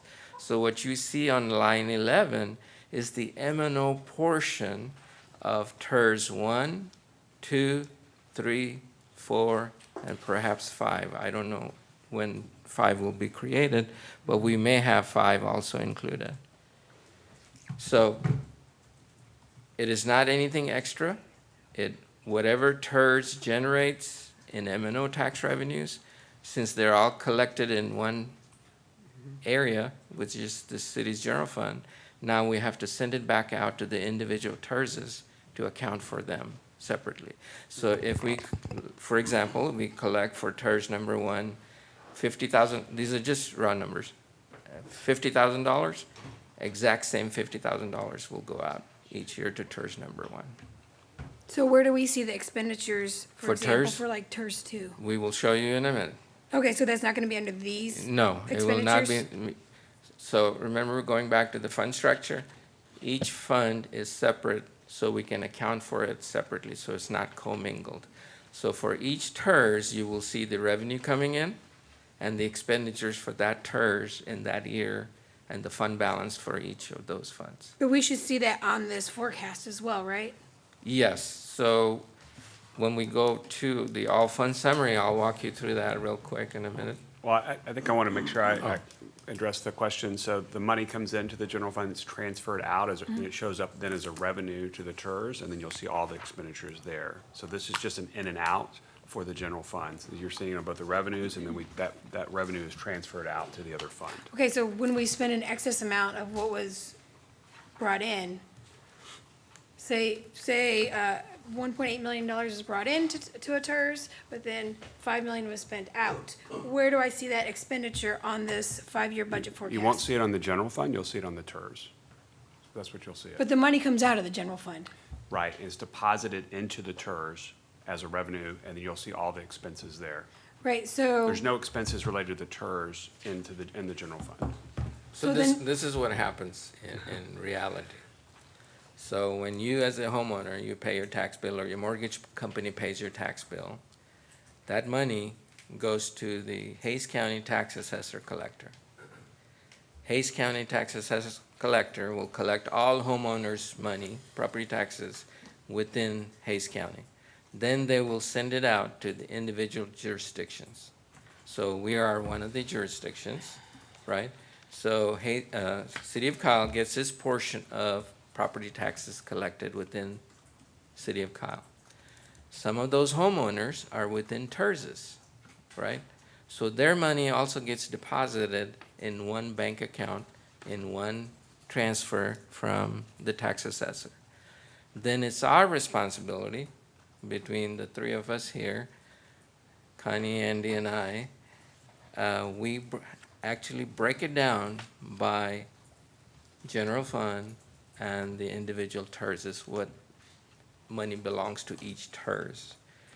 So what you see on the line 11 is that allocation that staff is now doing from taking that lump sum money that we got from the tax assessor to allocate between the TERSs. okay, so let's take out line 11, right? Get it, I totally understand that now. So when the general fund pays into these TERS, where is that on this That, general fund forecast? it won't be in general fund because it's not a general fund activity. So I think she's talking about, as an example, Heroes Memorial Park in La Verde, right? So Yes. there's an example there where we constructed Heroes Memorial Park.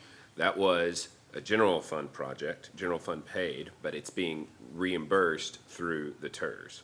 So the CIP there was general fund, as far as my knowledge. Is that correct, Pervez? That's correct. All right, so that Heroes Memorial Park and all the capital improvements associated with that $8 million, $10 million, whatever the number ended up being, 17. that, well, for Heroes and La Verde, 17 million, those are general fund expenditures with general fund dollars. The TERS didn't pay for that, and the balance sheet of the TERS doesn't show negative 17. But now what we're working on, this will be the first year, is a reimbursement plan. So the cash flows that are being deposited into TERS number 2 from the city and from the county, a portion of that will be going back to the general fund as a revenue. Okay, understood, let me ask you this, I don't know how to ask you in a way that's simplified. For example, HEB is in a TERS, it did not start paying for itself until this year, right? Maybe last year. So for many, many years, general fund money was being spent on that. Where is that expenditure? Where would that be on this sheet? Okay, so you're referring to TERS number one. I'm referring to any TERS that we have anywhere But there- that takes general fund money and gets spent. So Yvonne wants we're- to see the payback, like, No, I don't want to see the payback. I Well, want to then- see the payout, so then we can justify the payback. Right, So but- show me where it's being paid out and what line it's on. Okay, line 11 is the payout from the general fund, what it collected for the TERS to the TERS, So- okay? You're- Oh, okay. But when Then, we spend more on it, where is that money? okay, hold on. So, that money goes in as the revenue source for that TERS, right?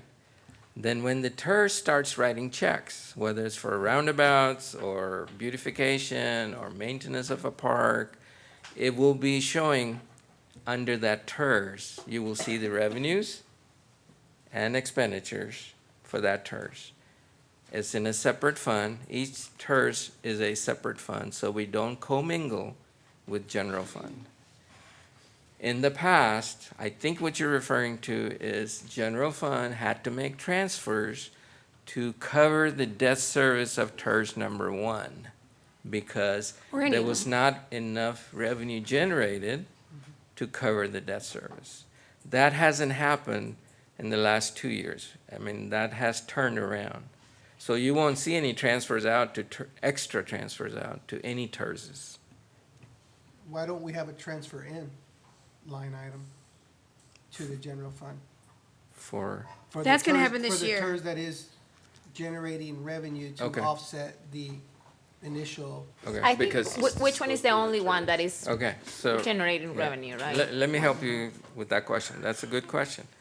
You remember I took almost 1,200, 1,500 lines and consolidated into 14 lines, right? So in this other revenue, when you go to the detail of the general fund, you will see a line that says, transfer in from TERS number 2, payback for La Verde / Heroes Memorial. So you will see that in the detail. It's already accounted for in this summary. And when you look I at the think we're just TERS, trying to make a good calculation to Right. see that the TERSs really are generating revenue, that increment tax revenue that is coming back to the general fund, and that we're not exhausting the TERSs. We are exhausting them. Well, That's well, why I they don't- borrow money well, from the well, general fund. Well, they create some value, so just Right. Hey, To be maybe instead of, financially responsible. I know consolidating needs to happen with that many line items. Would it be possible, given that TERS 2 is going to be more active in the future, that we could just have one line item for each TERS to make it more clear for, in regards to what And they're that is in asking? your backup. The all fund summary will show you exactly the revenue, the fund balance, revenue, expenditures, and the ending fund balance for next year. TERS 1, TERS 2, TERS 3, TERS 4. And these aren't our questions, Well- it's the residents that ask. No, us no, No, I understand. constantly, why are you doing We- this? we understand TERS? the question. Why are you doing this TERS? And we'll bring back, on July 29th, we'll show you for each TERS the details. when you see the TERS funds, you'll see that as an expense to the TERS or the transfer that he's talking about. But to Councilmember Heiser's point, we could just add a line here and say, you know, TERS contribution, something like that. Yeah. Or TERS repayment, something like that. That way you can Yes. see it on this Line summary. Yeah, you bet. I think So, okay, you're so seeing that's it a on the great- TERS that's a great side, idea. but you How do don't we see it show on the, that the TERS borrowed money? well, That's my question. You're saying we're gonna show that they're gonna pay it back. Where does it show that it was taken out? Is it only on the form that we give to the comptroller that says this much came out of the general fund? Because I'm not seeing it on this report. well, that would be more of a balance sheet item, you know, that you would have as like a liability that would need to be repaid. So you're not seeing the balance sheet. That But would it's an be, expenditure from the general fund. Is that also in the back? no, it's not the expense was made to the CIP project for the TERS, and then it's being repaid back to the general fund over time. So you're not gonna see it as an expense to the general fund here because it's occurred in the past. These are revenues now coming back into the general fund going forward. So then how does the TERS even pay it back when there's no debt provided to it? It's a CIP. Well, It's to the CIP and not. So you'll have to go to the past budgets to Right. see actually which year, how Transfer. much was transferred out on behalf of TERS number 2. so if we, Under the CIP. Yes. So like, just to, And it will also show under general So fund. that's what we say, it's gonna be it will also show under general fund very specifically. We did this very intentionally and clearly to be transparent. In past years, you will see a specific line that says, transfer from general fund to TERS number 2, X amount. Each year, and we can go back and show you that and reconstruct that for you. Yeah, can we get something simply, like a summary that kind of shows that, how it was created, brought back in, just so we can take the mystery out of this? Okay, But- so there's very clear accounting and question Right. answers. You are digging at something. Right. Because so. Because we don't there- understand it, so we're kind of. I That understand might that, need but to be a this workshop. is the general fund overview Right. from 60,000 square feet, and we need to allow for the conversation to move on. Right. So we're stuck in the weeds trying to figure out about transfers from years past, so I we think need to move forward. we can certainly provide that. We'll put that in a future Friday report, and that way you'll have, here's when it occurred, what the transfer was, what budget, and you can see that. Yeah. Just to ask a general question, so if we were to use funds from the general fund to fund anything that is within any of the TERSs, it will come back to council as a request to fund TERS Yes. 2, 3, 4, certain expense, and it will go under an expense as a CIP, correct? Very clearly labeled, and council will review it. Okay. Council will make the decision whether that should happen or not happen. Okay, And at that point, council can also decide whether it should be repaid back to the general fund or not. okay. Yeah, so just a surgical dissection of it We will, that we could look at later. Yes, sir. No, no, we got, we'll work on it. thank you. Laser precision. We'll do the search. Well, I just want a We'll give flow. you I want a everything. flow to explain to the residents Yes, in sir. an understood manner. This is what it's done. It's Is- still our money. We're just creating a different way to finance something. Isn't that on the website, city website, under the TERSs? I don't know, but we could certainly provide that. I understand the question of, again, it's the fund accounting makes it a little confusing, but we will show you when it was transferred and the transfers back, and it's very, very clearly, we'll show you that. Be happy to do it. Thank you, Brian. So this was the 5-year forecast for general fund. Like I said, very strong, healthy financial position. So based on this 5-year forecast, we're now developing next year's budget. So we will now focus on what the next year's budget looks like. Please keep in mind, it's preliminary at this point. The city manager is still working with the department heads to finalize the request for next year. So this is the revenue for next year, what we're looking at. At this point, it looks like $63 million in total revenue.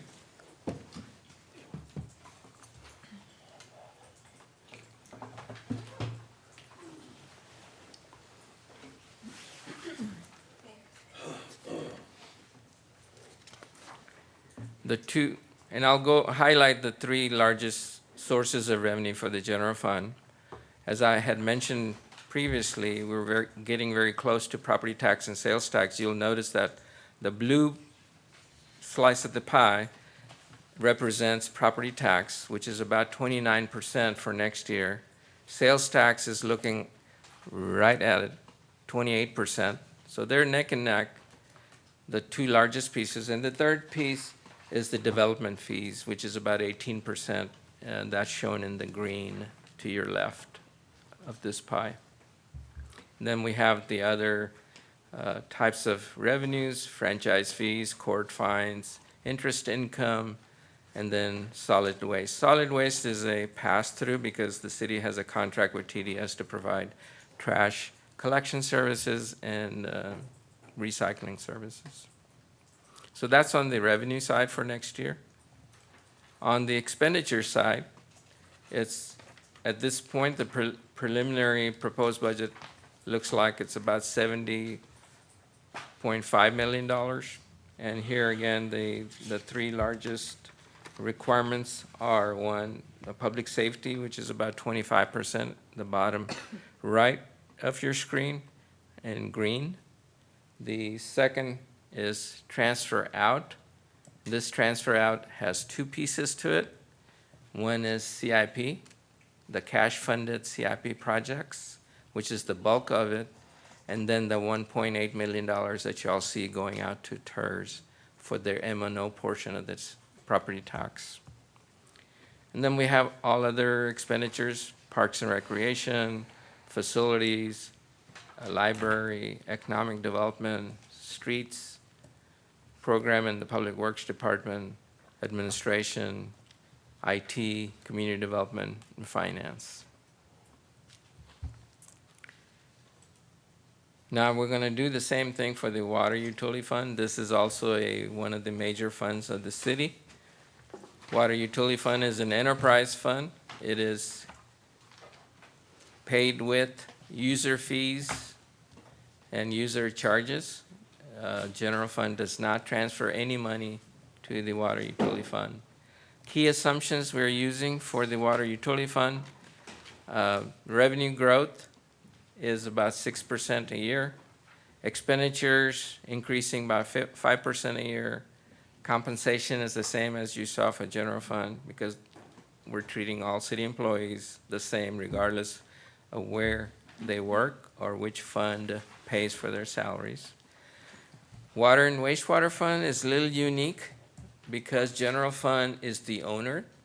The property taxpayers of Kyle are the owners of the water and wastewater system, so they get a dividend back on their investment. That's one way to look at it.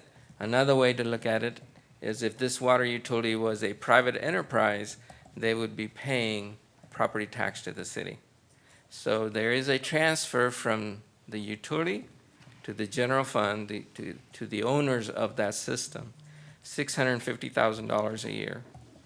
And then the last assumption is for debt service, which is we don't grow this, is the actual debt service, principal and interest payment each year to the bondholders. So now let's look at same format as what I showed you for general fund. The 5 years projected, lines 1 through 4 are the revenues, the types of revenues that we bring in to the water utility, water sales, miscellaneous charges, and interest. If you look at year number 1, is 17.5 million in total revenue. Oops. Okay, if you look at expenditures in year number 1 is $15.9 million. And then the transfers out from the water utility, there are some transfers out. So let's go over those real quick. $650,000 is to the owners of the system, general fund, $650,000. $500,000 a year is to CIP. And then debt service of about $400,000. So total expenditures on line 21 for year number 1, total expenditures and transfers out is $17.5 million. I have a question. So this budget gets no money from the general fund, correct? Absolutely none. As a matter of fact, it pays the general fund a dividend. Wait, and so, yeah, but my concern is there's only $500,000 for CIPs. Oh, sorry. There's only $500,000 for CIPs. How is that enough to sustain? Good question. Okay. So we also have a fund called water impact fees. And we also have another fund for wastewater impact fees. So bulk of the water and wastewater system projects are funded with impact fees. City manager will be bringing forth a proposal to update that fee structure. So every 3 years, 3 to 5 years, you should be updating the impact fees. So council will be seeing that very shortly. The next update is due, but that's how we pay in cash bulk of our water and wastewater improvements. Okay, and is that why that fee is so high right now? Are we trying to play catch up? Because that makes me really nervous. No, it's Isn't that not the a minimum bill? plug number. Those fees are based on actual capital expenditures. There's a 10-year CIP plan for impact fees, and in that 10-year, whatever you spend, you can recoup from the development. But you as a body, council as a body, you can decide what percentage do you want to collect from impact fees? Whatever you don't collect, remember, this is self-supporting fund. It has to come from rates. So either rates go up or impact fees get adjusted, Okay. or a combination of both. So the other thing I would say too is there's also debt that's a component of water and wastewater. So as we'll talk about wastewater in a moment, the plant expansion that we need to do, that'll be debt finance. So that's not a cash finance. So you have cash, impact fees, and debt that are providing the CIP for these funds. So when there are large investments like plant expansion, impact fees are not enough to pay for those, because it has to happen within a 3 to 4 year window, and there's not enough cash to fund those. You have to borrow. So what about the trash fee that residents pay? Is this incorporated in our wastewater fee? I know they get a bill, and one of their complaints is picking up trash is getting very expensive every month. So, okay. So how do we get that down? I mean, I know that's a contract through TDS. It's a 10-year contract the city has entered into with TDS. Those rates are set, Didn't we just renew that last year? and there is a slight increase in cost structure for TDS each year. I believe next year is 4.2% increase. So we have no control over the trash fee? That's what the city has agreed to. Now, I don't, Bryan can add more to it. Well, you certainly could go back and look at renegotiating that agreement, because there's a lot of capital costs related to that with all the trucks and the equipment Sure. that this has to be purchased. So it's not something that can be done quickly, but really, the way that you address that is the number of pickups that you would have, what kind of waste streams that you're going to pick up. It's a more complicated answer. Right. But just certainly the council can have oversight, but the bottom line is that is a separate fund that you'll see, and Pervez will cover that to show you the ins and outs of that. It's not affected by your water bill. Okay, so that was, Right. want to see, was there any connection with these things, with wastewater and No, trash? not at all. So No. the only connection is that when a customer, city's utility customer gets their bill, there are 4 things on that bill: water, wastewater, trash, and drainage fee. That's the only connection. Otherwise, they're standalone, independent function and activities. So the best answer to the residents that ask about the trash fee is that the city does not have, It's a pass-through, In and out. it's like a, okay. and we've had public hearings when the city was negotiating the contract, when the city council was considering the contract. We've had many public hearings on those discussions. And each year, we bring the trash rates for council to review. Okay, And we can show you those rates in comparison to other cities too, so you can see what the service is, how many pickups, and then what the rate is versus the other cities that are out there to kind of understand where we are in the mix. Okay. So you can see it. thank you. So based on the 5-year forecast of the Water Utility Fund, which here again, it's a very strong financial position, the 25% requirement, we have exceeded that each year of the 5-year window. And then based on this revenue or funding availability, what does the next year's budget looks like? So we'll show you preliminary proposed budget for water utility for next year. On the revenue side, it's $17.5 million. 96% of the revenue is water sales or water service revenues. About 4% is other fees and charges. And miscellaneous, it shows up 0 here is because of rounding, but it's actually 0.285%. So that's the revenue piece of it. No transfers in from general fund, as you can see. There are user fees only. On the expenditure side, $17.5 million. The 3 large slices of pie here are on your left, the green, which is 51% for water supply. This is the city's potable water charges that we pay to the water providers that are in our portfolio, GBRA, Alliance Regional, Edwards Aquifer, Barton Springs Edwards, and San Marcos. Is that gonna go up when we are with ARWA? Our is gonna go up slightly as the debt service increases on those debt that we have issued, that they have issued on our behalf. Okay. Yes, those will go up. And GBRA's costs, we're waiting on the final rates that their board sets. It may stay the same, or it may go slightly up. Do we know when we're gonna get ARWA in? From GBRA? Yeah, we're gonna, no. The new water, yeah, that's what I meant. First quarter of '25. 25, okay, thank you. Can I just quickly ask, what is water supply? I mean, it's $9 million, so just, can I get clarification? 12.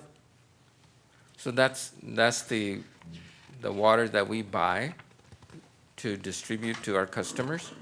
We buy from GBRA, we buy from Edwards Aquifer, we buy from Barton Springs, so that's water supply.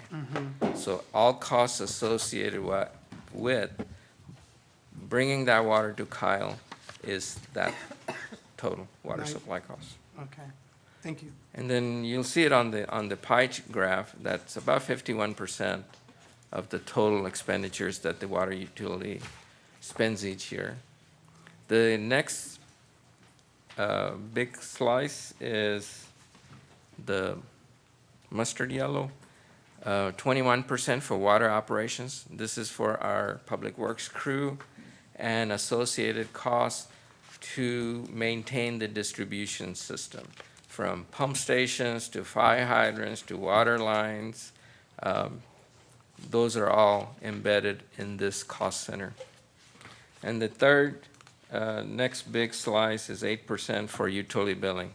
This is the group or cost center that reads the water meters, prepares the water bills, sends the water bills, collects monies, and provides customer services at the window and online. And then you have other pieces you can see here: engineering, debt service, general fund transfer, and administration. Now we're going to touch on wastewater real quick. We'll go over the key assumptions real quick.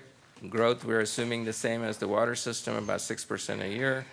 O&M expenditures, we're assuming will increase, has increased by 5% each year. Compensation is the same as the rest of the city. Here again, wastewater utility transfers $650,000 as a dividend to the owners of the system, which is the taxpayers of Kyle, in the general fund. Or another way to look at it is in lieu of taxes. Had this been a private enterprise, it would have paid the city of Kyle a tax. And then debt service is actual, whatever the tax, debt service bill is. So this chart is a little hard to read, but I'll read you the numbers for year number one real quick. Here again, the sources of revenue for year number one: from wastewater service revenues, interest income, about $11.1 million. Total expenditures for year number one as projected is about 8.7. Then when you add the transfers out to general fund, CIP, debt service, the total requirements is $9.9 million for year number one. Here again, if you look at line number 26, very strong financial position is projected for the city's wastewater utility system. It exceeds the 25% requirement each year in the 5-year window. So based on this financial forecast, what does the preliminary budget for next year looks like? So we have, Perez, can I ask a quick question? Sure. So when I see line item 26,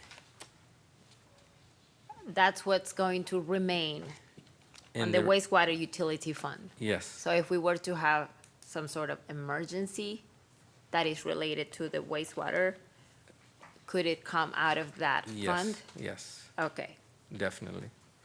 And even if we have to dip below because of an emergency, below the 25%, we can build it back in the following years. So, and that 25% for next year, the forecast is at $2.5 million, and what we are projecting to have is 9 million, correct? That's correct. Sweet, thank you.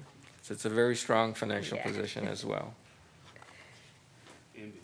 Envy of, Yes. of other cities in Texas. So, Thank you, Waterleaf. Yeah. The sewage treatment plant. so the revenue for next year is estimated for the wastewater fund at $11.1 million. 98% of that is from wastewater service revenues, and then we have a little bit in miscellaneous revenues. On the expenditure side, the top three largest requirements of the utility system, the total estimated budget for next year right now looks like about 9.9 million, but we're still finalizing the proposed budget. So the largest piece here would be wastewater treatment plant operations. This is where we are paying our crews, their salaries, their fuel for their trucks, their materials and supplies to maintain the distribution system and fire protection system in our city. So that's 28%. The next biggest slice is debt service, 1.7 million, which is about 17%. And the third piece is the mustard yellow wastewater operations, 15%.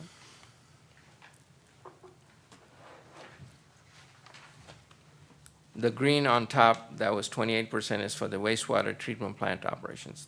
We operate our own treatment plant, so that's where the salaries and chemicals and power costs are included. So the fourth major fund, operating fund that the city has is the storm drainage utility. So we'll give you an overview of that. Same thing, we'll start with the key assumptions here real quick. They're pretty identical to the water and wastewater system. Growth at 6% a year, expenditures increasing at 5%, employee compensation at 6%, and then tapers off to 5%. There's no transfer to general fund from the storm drainage utility fund. So the only transfers are from water to general fund and wastewater to general fund. And we do not have any debt service associated with storm drainage yet, so there's no debt service. So what does the forecast look like for the next 5 years based on the revenues that we bring in?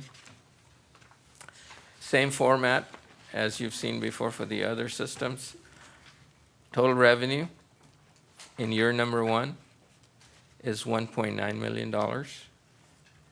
The source of revenue is from drainage fees. If you look at line 1 and 2, it gives you a breakdown between residential and commercial. Residential is about $900,000. Commercial is about a little over $1 million, and then we have some miscellaneous drainage fees. Revenue requirements or expenditures is 1.7 million on line 12, and then we have some transfers out. 100,000 is projected for next year for CIP projects, and then $400,000 for it's also a CIP, so about $500,000 in CIP. Total expenditures, $2.2 million. This leaves you a fund balance of $648,000. Here again, we have exceeded in each and every year more than the policy requirements. So based on this financial forecast, strong financial position for the drainage utility, how does the next year's budget look like? So the preliminary budget at this point, revenue is about $1.9 million, and you can see the red is the drainage fees from commercial customers, slightly over $1 million or 53%, and the blue is residential customers that are paying drainage fees, which represents about 47%. On the expenditure side, Operations and maintenance is red, about 47%. These are the crews and their support costs in Public Works Department that work the drainage program. Blue is the administration, 30%, and yellow is CIP transfers for storm drainage. So those are the four major funds. Now we'll get into what does the preliminary 5-year CIP program looks like for fiscal years 24 through 28. This slide shows you at a very high level. We have right now, as we speak, it's still being worked on. The city manager is still working with departments and city engineer to refine these numbers. But right now, as we speak, we have about 132 projects in the 5-year spending plan. It totals $680 million over the 5-year period. Of that, we believe we have $472 million, or 69% funded. And the last line, $209 million, or 31%, we will have to figure out the source of funding, which may include future bonds for the treatment plant expansion,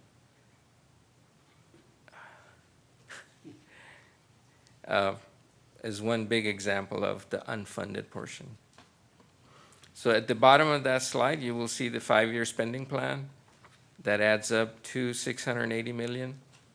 These are projections, estimates. CIP plan is just that. It's a budgeting tool for us, staff and councils, to see the projects that have been identified that the staff will be bringing forward for city council's consideration and approval.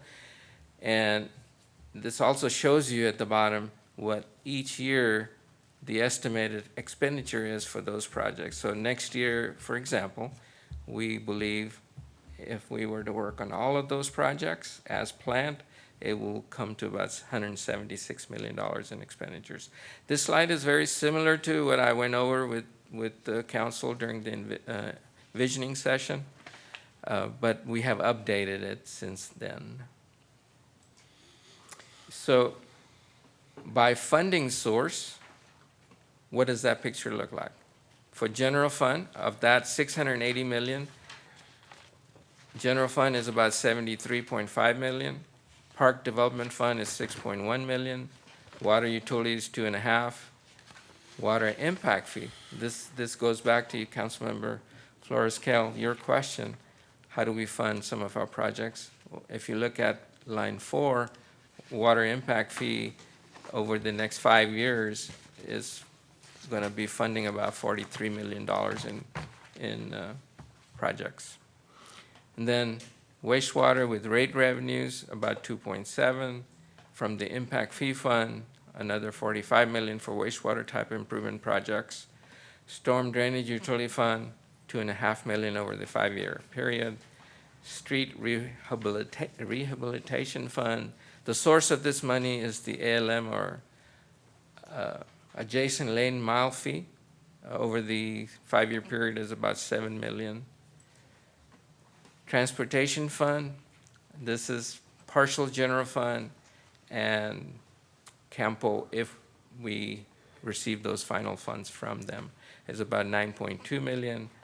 Our Park grant fund is $12 million in the 5-year window. We're going to use this money to spend on the water tanks that Leon is designing and will build on 1626 to receive the Alliance water. Line 11, TxDOT, city has applied for, that council approved, 3 separate funds, grant requests to TxDOT. If they fund, that will total about $43.5 million over the 5-year period. There's a little leftover money in 2008 GO bond that we are planning to spend, which is about $1.4 million in round numbers. 2020 GO bond, $9 million next year. 2022 GO bond, this is all road bond program, $278 or $279 million. Line 15 is the next wastewater treatment plant expansion that we are projecting is going to cost the city approximately a little over $100 million, and we're showing this as a future CO bond that the city will issue. So the last line is the sum of all those 5 years, $680 million, and the most important column is next year, 176. So So those bonds aren't even in the other bonds that we've seen. Okay. That's also, that's good to know. I'm just, because that'll affect tax rates as well. No? So They could?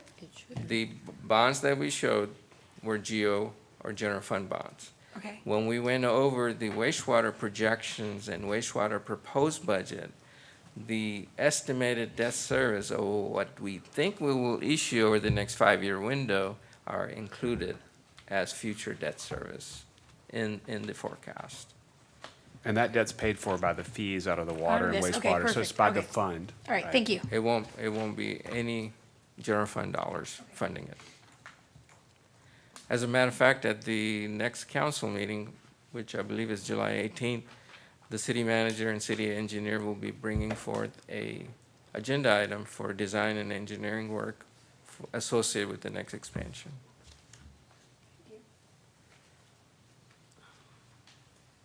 So here are some highlights of what's in the 5-year CIP. Downtown redevelopment program, we have $10.5 million in cash in the 5-year window. Number 2, community center facility project. This is the direction given to us by council to city manager to come back with a plan.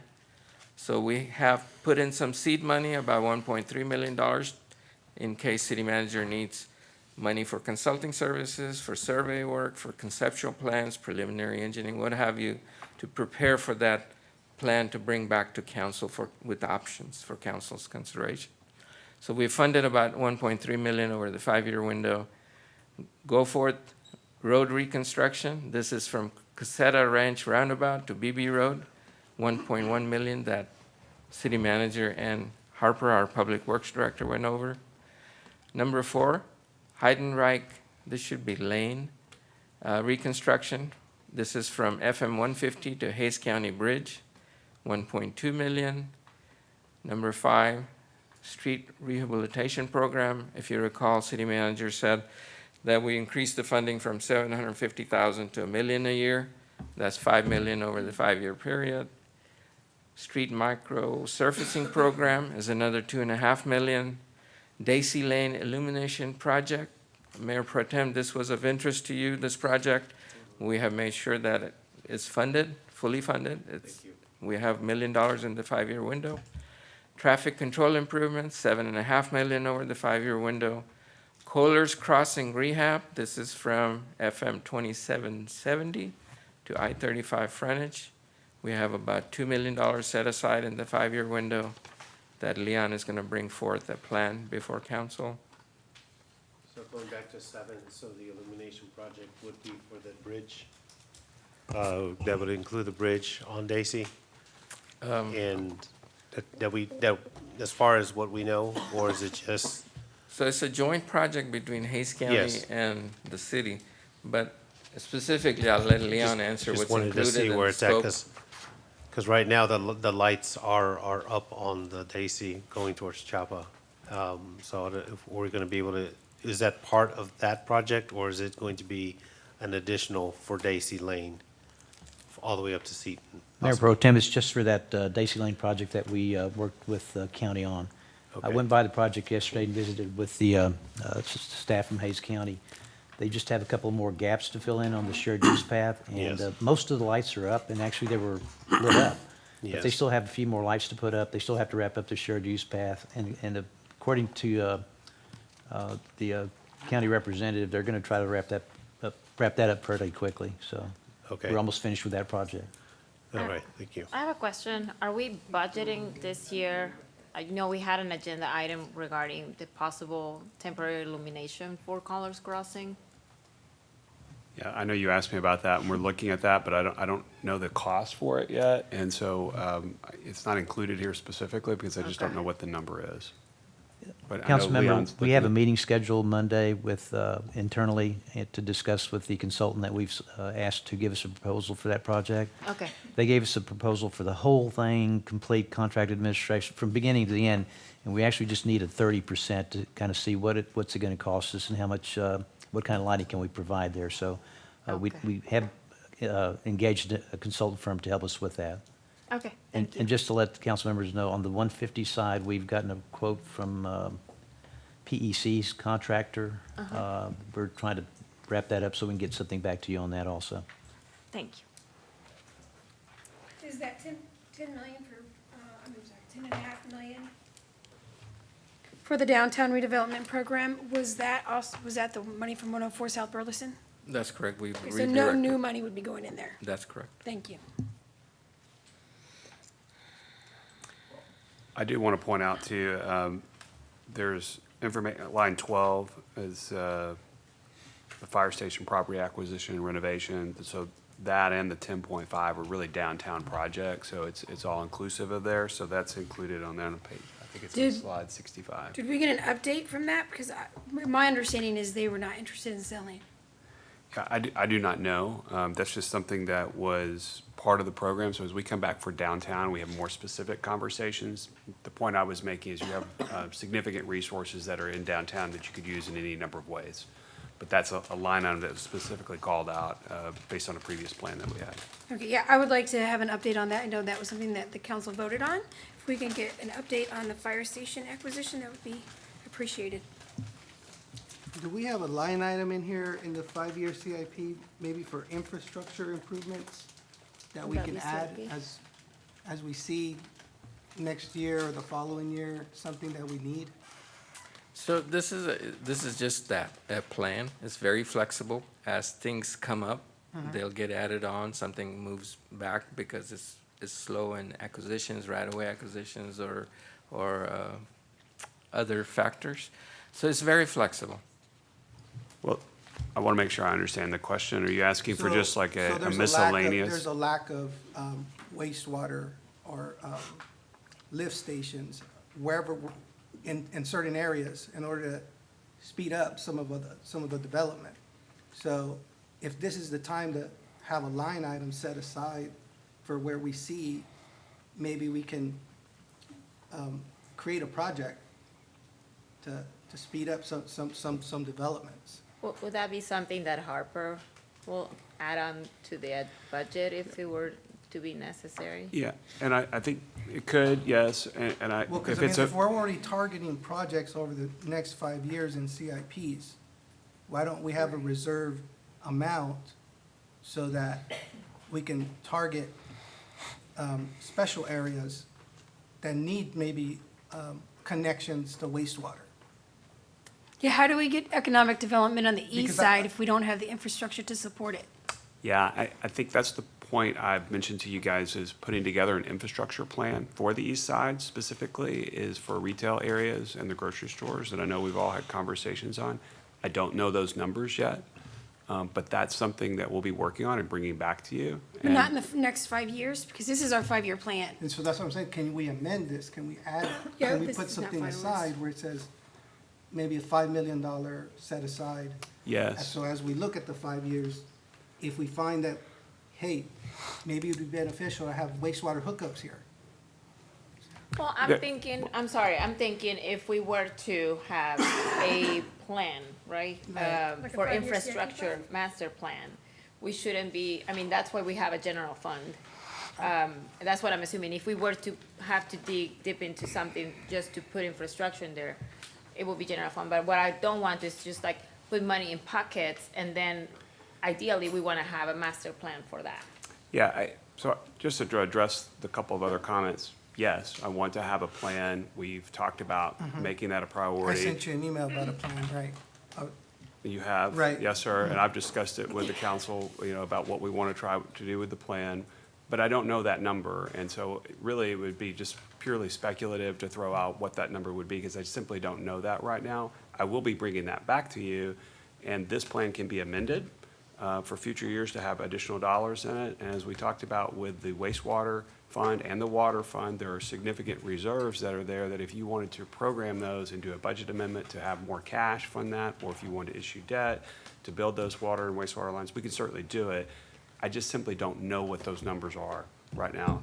We could placehold something, but it would be a pure guess of what that would be. And I'd rather have a specific number and specific plan that you guys can be comfortable with, because they could be substantial investments, and I want to make sure you're comfortable with that. Right, because I don't want this to be the meeting where, well, you didn't ask for it. Right. So then there you go, you didn't ask for it.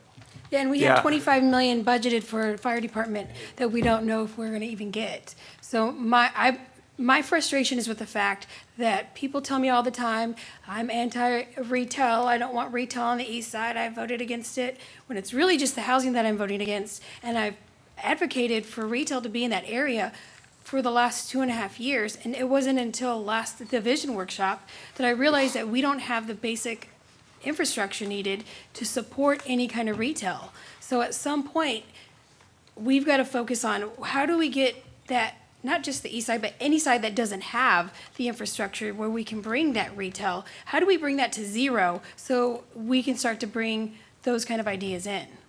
Right, exactly. And my point is, I'll bring you a plan that then you can take action on to actually make that happen. But right now, I don't have that.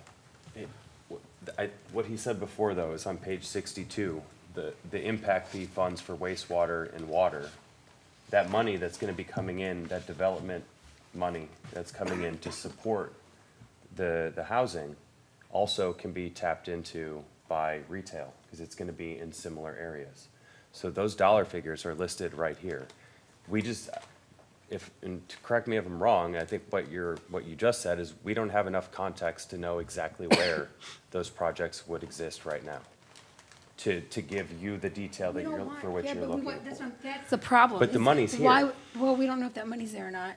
We have well, a I mean, balance. There's no way any of that, you could add all that together and it's probably not gonna be enough. So that's why I'm saying, why have we not begun to plan for that? But that's what he's proposing That's what to we come up discussed with. Okay, at but the it's vision not, what I'm workshop. saying is it's not in here. Where's the plan? When is it coming to us? But we just talked about this. First of all, he just got hired. Yeah. He's Right, just bringing but we that have a up. 5-year plan. Okay, but it's a plan that we currently have. He's proposing to bring up something. We requested it. We just now brought it up. You like, this is a discussion that we're having because Councilmember Zuniga said, hey, where's this at? Well, we have another budget session coming up, right? So we can think about it and maybe just create a bracket. It could be hypothetical, but But wouldn't- if we needed a lift station or wastewater hookups, we would know that there's something that can be activated. And we Wouldn't the don't- balance on each of the CIPs account for that? Yeah, I get that we can always move money around. No, I it's get like that. the wastewater has a fund, has a balance, Right. correct? And we just saw it's like $9 million. Just for new and existing projects. Yes, Right. it's basically the savings. Right. It could be done. It's okay. It's gonna get done. Well, I know it can get done. I mean, there's many ways to carve it, but what I'm saying is there's already 5 years here worth of items that we're looking at to fund. That Perez told us during the visioning workshop can be amended. It's just a projection. It's not set in stone. I get it. I clearly understand you want it to get done. I want to get it done for you as well. That's why it was one of the key focus areas for me that I identified in economic development, that we wanted to have an infrastructure plan for the east side. I just don't have that right now, so we're working on pulling that together, and then I'll be able to give you context of what that number is. If I throw out $2 million and we can throw a line on them, it's a complete guess. I just have no idea what that number is. It may be $20 million, and then if it's $20 million, are you willing to do it? Do you want to how do you want to fund it? Those are discussions we need to have. I just don't know those numbers right now. So we're very focused on that issue. I know it's important to members of the council. It's important to us as a staff. I just need to get you a plan that's actionable, and right now I don't have that. So, Yeah. Thank but you. we're working on it. Thank you. Yes, sir. Going back to slide 65, project 10, or item number 10, this is the property acquisition program. We have in the 5-year plan, $10 million. Number 11 is specific property acquisition for a future park development, $4 million in the 5-year CIP. We've already talked about the fire station. Number 13 is citywide beautification program. We have $1 million a year, about $5 million in total. Festive lighting in city parks is $1 million over the 5-year period. Number 15 is the Sportsplex project. Here again, this was the 2020 bond program. 50% is going to be funded by the county. Number 16 is the Plum Creek Trail improvement. Similarly here, it's funded from the 2020 bond program, and Hays County is participating by adding another 50% of their monies. 17 is a planned bike BMX park, $1 million in the 5-year window. 18 is parking lot improvements at various city parks. There are 5 parks that the Parks Board has identified. It's in the 5-year plan, adds up to $2 million. And then 19 is various improvements at city parks. That adds up to $2.1 million. Number 20 is TERS number 2 CIP. These are the retail roads. If you recall, $8 million was issued in TERS bonds. And then we talked about a temporary parking lot, which is cash funded next year for $1 million. And then in future years, you see under other $25.3 million for future CIP for TERS number 2, which includes roundabouts and parking garage. Moving on to 21, line 21 is 2022 road bond program. This is fully funded, and in the 5-year window, we have provided for $279 million. 22 is water system improvements, $45 million. Wastewater treatment plant expansion is $101 million. This is the one that we will issue certificates of obligation. Wastewater systems, $47.7 million. Number 25 is demolition of the old police building next door to City Hall. We have budgeted $1.3 million from leftover bonds from 2008 that was issued for the purchase of that building and some other projects. All projects have been completed. That money is available in that fund. Number 26, 27, and 28 are all grant applications pending at TxDOT. If we receive them, that's why we show it under other column. 13.8 for Vibe Trail, shared use path on FM 150, $21.2 million, and the pedestrian overpass at Marketplace, $8.5 million. So that's our CIP plan. And then very quickly, I want to touch on, if you recall, we talked about the 4 major operating funds: general fund, water, wastewater, storm drainage. There are other 44 funds that we haven't talked about, so I want to show you what those are and what the total amount is. So the preliminary proposed budget right now looks like it's going to be around $250 million. Of that, $168.5 million is in other funds. So what are these other funds? I want to make sure y'all are fully aware of and that we fully share that with you.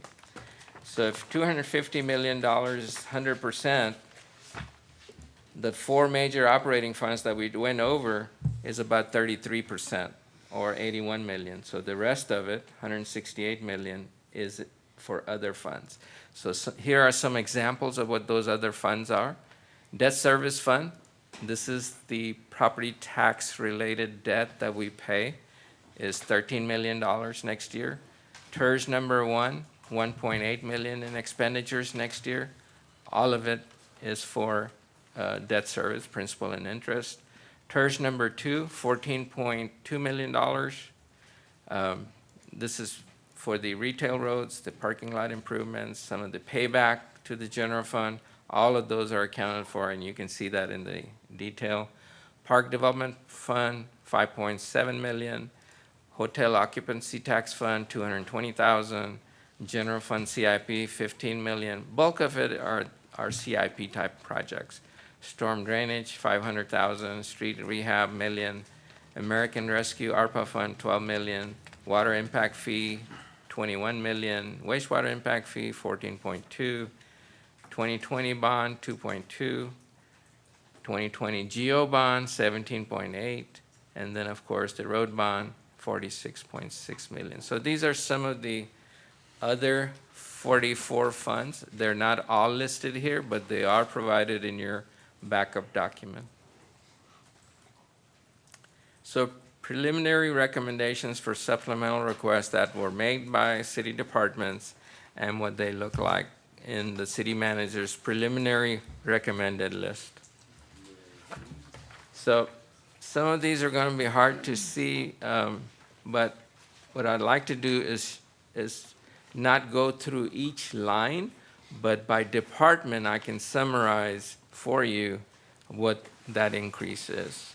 So for these 7 city council cost centers, we have estimated cost increases that will naturally go up next year for office supplies, for travel expenses, things like that. That's about $10,000, roughly $10,763, and that is included. So let me first share with you the format, how this works. So we have line numbers to your left. You can refer, if you have a question, you can refer to any line number. Then we have a description of what that item is. If there is a FTE cost associated with that, it will show the department's request for an FTE, what the dollar amount is, and then that dollar amount is further broken down if it's a recurring type expenditure or if it's a one-time expenditure requested by the department, and then it gives you a total again. And then what is that department's priority? If they requested 10 different items, which ones is the most important to that department? So you have the department priority listing. And then the last 2 columns are what's in the city manager's preliminary proposed budget at this point. This is subject to change. So the dollar amounts and the FTE. So for example, mayor and council's cost centers, like I was saying, we're anticipating about $10,000 in total for all 7 cost centers. Costs will go up for office supplies and all other items. The city manager's proposed budget right now includes that entire estimate that finance came up with. Next up, building department. If you look at their total, which is below line 17, they requested 1 full-time position and $443,000 in new requests. Of that, 437 is recurring type expenditures, meaning they will happen, if it's approved, they will happen every year from this point forward. And of that 443,000, 6,000 is one time, meaning it will not occur again in the following fiscal year. It's probably some equipment they're buying. The city manager's recommended column, right now it looks like they're getting everything they requested, including the FTE. Skipping down to city secretary's office. So I'm going to pause here real quick. I'm going to switch slides. It'll be easy to see.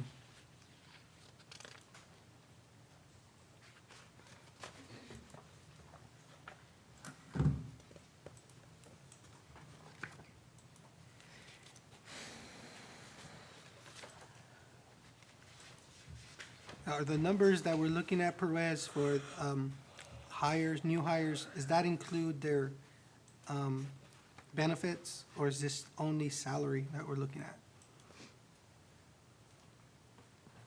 at? It'll be both. So It's everything combined, benefits? Base pay, fringe benefits, health insurance, payroll taxes, and any support cost that goes with it. If it's an employee that needs a truck the truck cost is in there. If it needs a computer, the computer is in there. So it's the total package. So any new FTEs, that is including everything That's correct, right? for the FTE, Yes, their health? total package. Oh, okay. So on your screen now, these should be a little easier to read.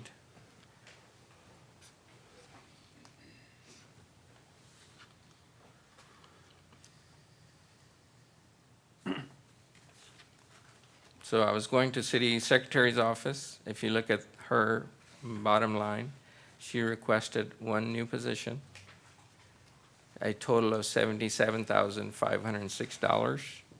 Of that, 71,000 or 72,000 is recurring, $5,600 is one time, and in the city manager's recommended is position is being recommended right now, and the total requested by city secretary's office is included in the recommended list. Can you give us the overtime, next meeting, the overtime that we've currently been paying with the city secretary's office? Sure. Thank you. Overtime for city secretaries. Actual. Just out of curiosity, do we pay extra to our staff members when they have to work during holidays? It depends which department they're in. Like parks have to work on 4th of July. Do they get paid extra for that? Mariana, how do y'all pay? Yes, if we submit a memo request and it's approved by city management, then yes. I just think that that's fair. They have to go with the fireworks and like things like that. I like to make sure that that happens. Yeah, that makes sense, and, you know, it also depends on the position, if it's hourly or salary positions that we have. But I believe that's been the case, Mariana, that it's been in the past, that those positions have been paid for all of the overtime, correct? At least in the last 4 years, the 4th of Yeah. July has been overtime pay. Overtime pay For for, anyone who worked over 40 hours of that pay period. but even if it's not, since that's a holiday, don't they get like time and a half for the day, the hours they work during that day? So there's the overtime pay for working 4th of July. Okay.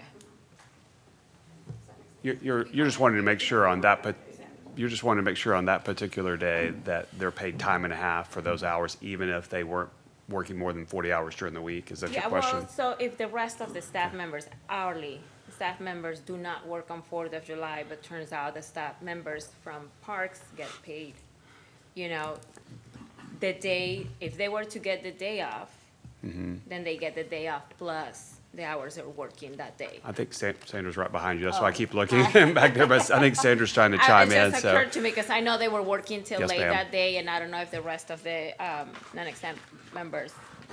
Yeah, so Get the that day time is premium pay, so even if it's, like, 4th of July was on a Tuesday, every hour that they worked for 4th of July, it's at time and a half. Okay. Okay, so we were on communications department. They requested one new position, and a total of $114,000. Right now, the city manager's recommended, as he went through earlier in the budget presentation, he's added new communication newsletters and equipment. So that has increased the recommended proposed budget to about $200,000, and the FTE is included. For Economic Development Department, right below line 44, they did not request any new positions. However, they requested $208,000 for the strategic plan, the facade grant, the small business retention program that the city manager went over. All of that is included in addition to the city manager, as he discussed about his forward-looking plan. He's added some line items in their budget to ensure that those things happen. Emergency management, they requested 2 positions and a total of $450,000 in new costs.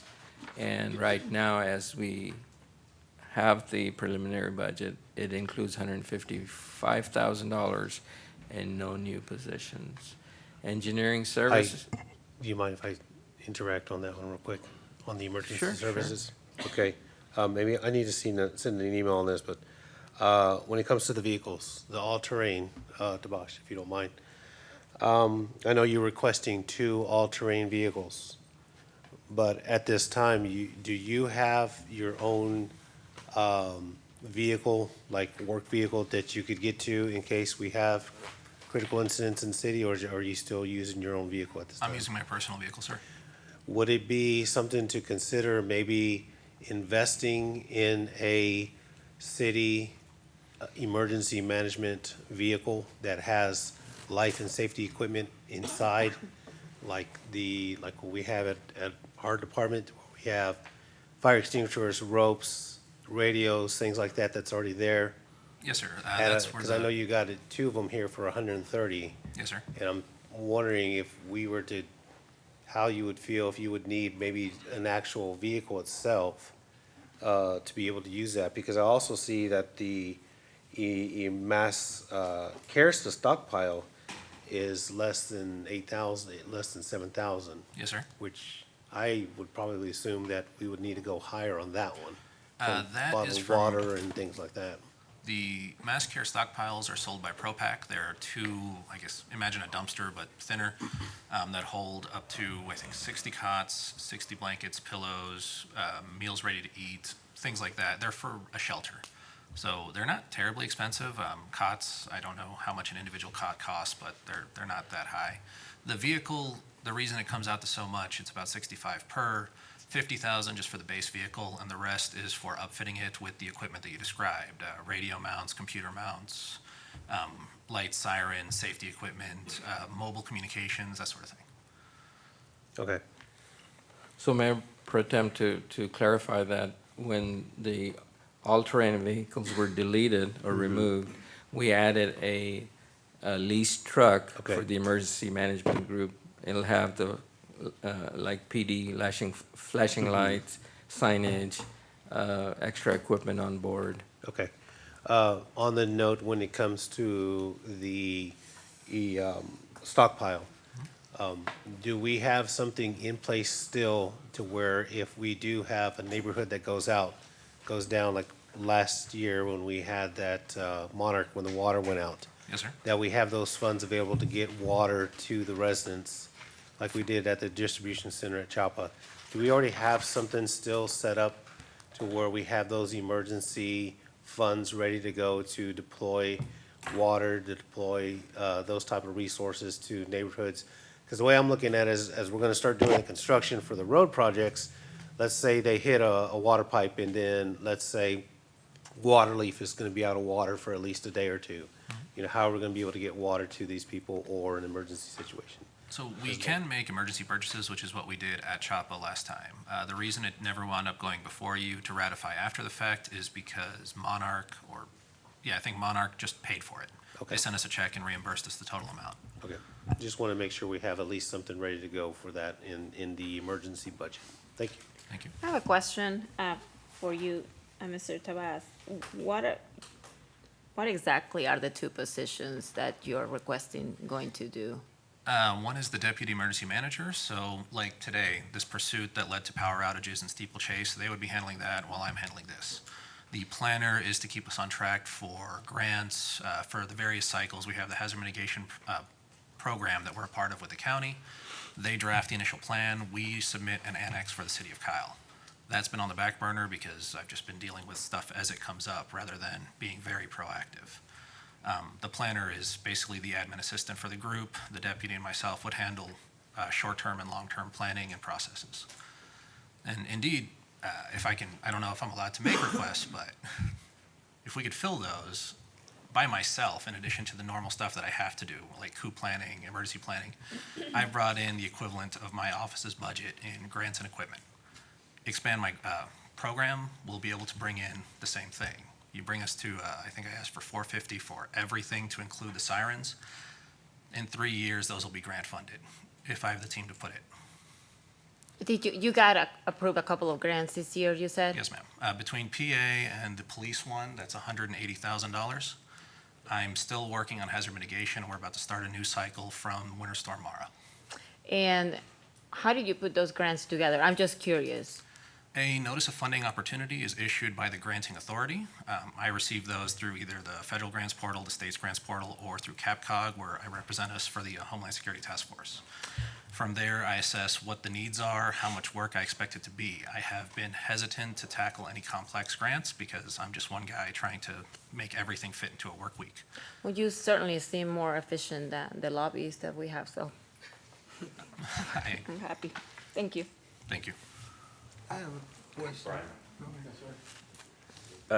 Jumping back to city manager's office, grant administrator. Is there a way to open that up sooner than when we would approve this budget, given all of just for example, the projects that we discussed at the vision workshop on how helpful grants could be in terms of funding those, that, hiring takes time. What can we do as a body here to try to make that possible so that you can begin hiring for that right away? Yeah, we certainly can speed it up, and if the council feels like that's a position you're definitely going to support in the budget, then I can go ahead and advertise for that position, and that way the position will be funded on October 1 and can be, hopefully we'll have a candidate in place at that time, rather than starting at the end of September to advertise, and it might take 2 or 3 months after that. So is there an action? Another that we need to option, take? is to actually authorize the FTE in the current budget and amend the budget so that that's Currently. just already done. So do we need to do that on the 18th? Or can we do that Yeah, you can. between the 7 of us right now? Well, I think if all 7 of you, just the direction is you want me to proceed, we'll proceed and get to work on that right away. But the idea is that position will be looking at grants citywide Yes. and to help do some of the administration that William's talking about to get us activated on that. And there's a lot of I think what opportunities. Councilmember Heiser is saying is we don't want this to be a part of the budgeting process. This is something we want to Do, start immediately. you got it? And whatever we got to do to make that happen, we'll do. Well, Miguel? Yes? I mean, it's just a shot in the dark. We don't really know what we're looking for, right? No, we do. We're looking for a grant writer. well, I'm just being sarcastic, Oh, of course, Thank you. of course. Okay, good. I mean, it's the argument that was used on what I brought up. So. well, I guess I would say a couple of other things about that, Councilmember, is we do have a CDBG program that we're looking at implementing, I was just teasing. and we do have other grants that we know we're pursuing right away. Yeah, I'm fully supportive of it.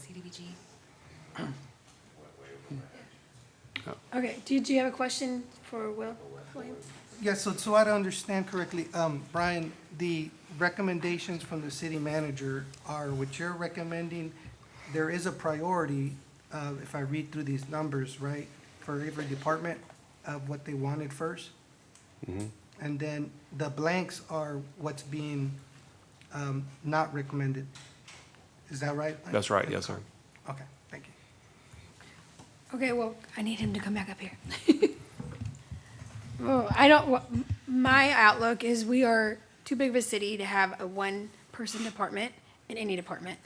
And so I completely support adding more people, but is there a reason why you took out the request for the emergency truck? The emergency truck. Oh, That's his, okay, so you are gonna, it's not in here, though, is what I'm saying. I think I saw. Well, It's his we're recommendation. recommending, it's the very last slide on them, the 15,000, that's the lease a truck, Okay, so- emergency vehicle. So why isn't it in there then? It's on the very bottom column, on the leasing the vehicle of the truck, that's what Pervez was referring to Oh, city before. manager recommended, okay. I got Right. you, Is that, okay. you see that? Okay. So are they gonna Line- add that in there to it then? That- That's recommended. Okay, is- that wasn't, I thought you had requested it at one point. I You had talked about it. requested 2 vehicle purchased after a discussion right before budget season. I was led to believe that a leased vehicle would not be insurable for the kind of work it was doing. But if we can, then we can.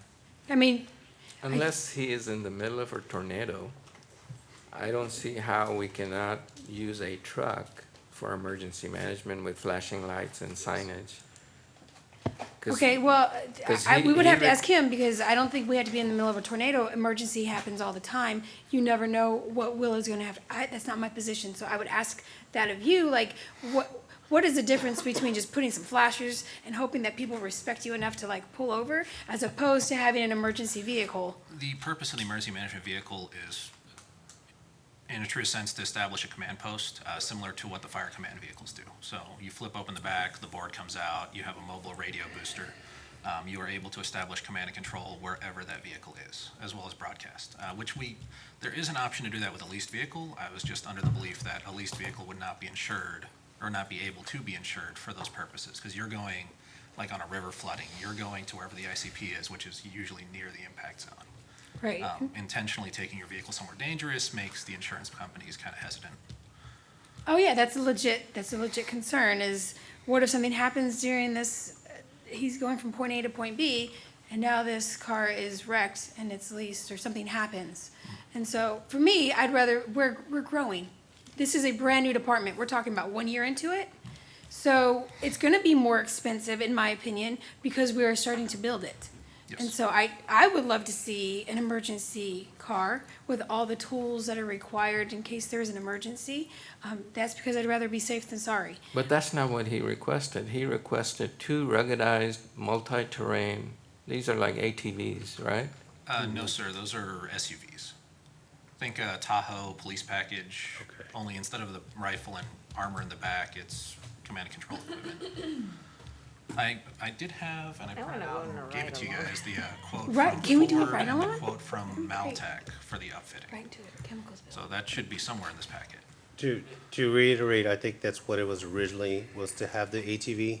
No, sir. But if I may have been wrong, but I do remember when you did have to respond to that situation by Simon, where they had that fire in the edge vehicle and you were blocked because you didn't have the decals and so forth. Yes, sir. So I think the issue is, overall, the thing is you want to be able to have a vehicle that has City of Kyle logos on it with the emergency lights, to where you could also set up a command center to where if you need to help dispatch city employees, whether it's for roadblocks or whatever, things like that, you would have that communication there already, plus any kind of emergency equipment that you need to be able to pass Yes, out and then work with the command center with, whether it's Kyle Police or the fire department, you'd actually be there to help facilitate if need be on that end. Yes, Is sir. that what we're looking at? That is correct. Okay.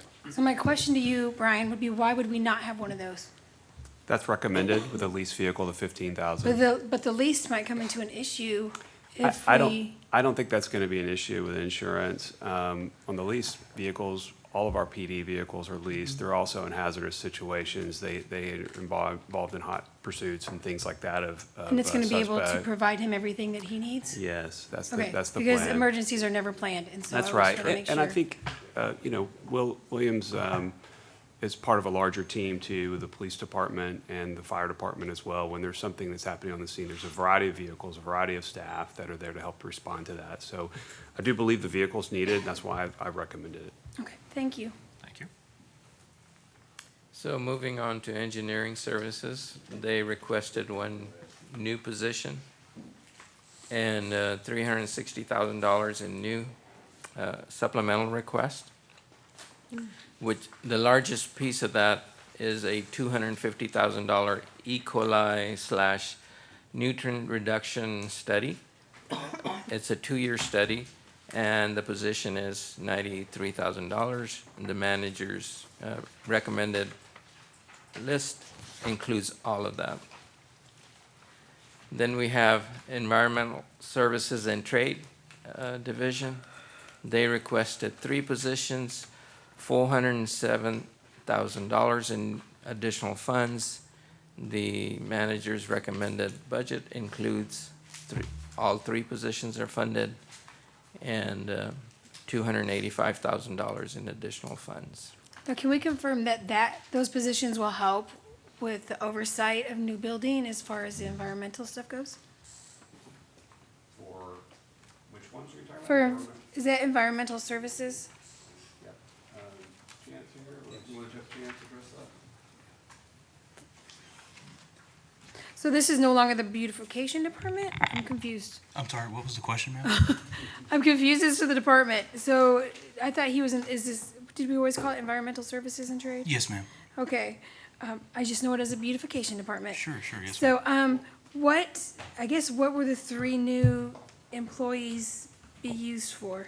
Well, Sure. and I'm sorry, Chance, before I let you to answer, I think there's two different questions, if I heard correctly, Yvonne, one is on the EST positions, Right. what those are, and the other one I thought I heard you say was facilities, Yeah, is there- which is another area that we have in the facilities piece on the two FTEs. So I just want to make sure I understood your question correctly. No, but- I didn't have any on the facilities. There's Oh, more on okay. the environmental services Okay. and trade. Just want to make, I think the original question was, would you guys be able to help with the oversight of any kind of new constructions that may be impacting the environment?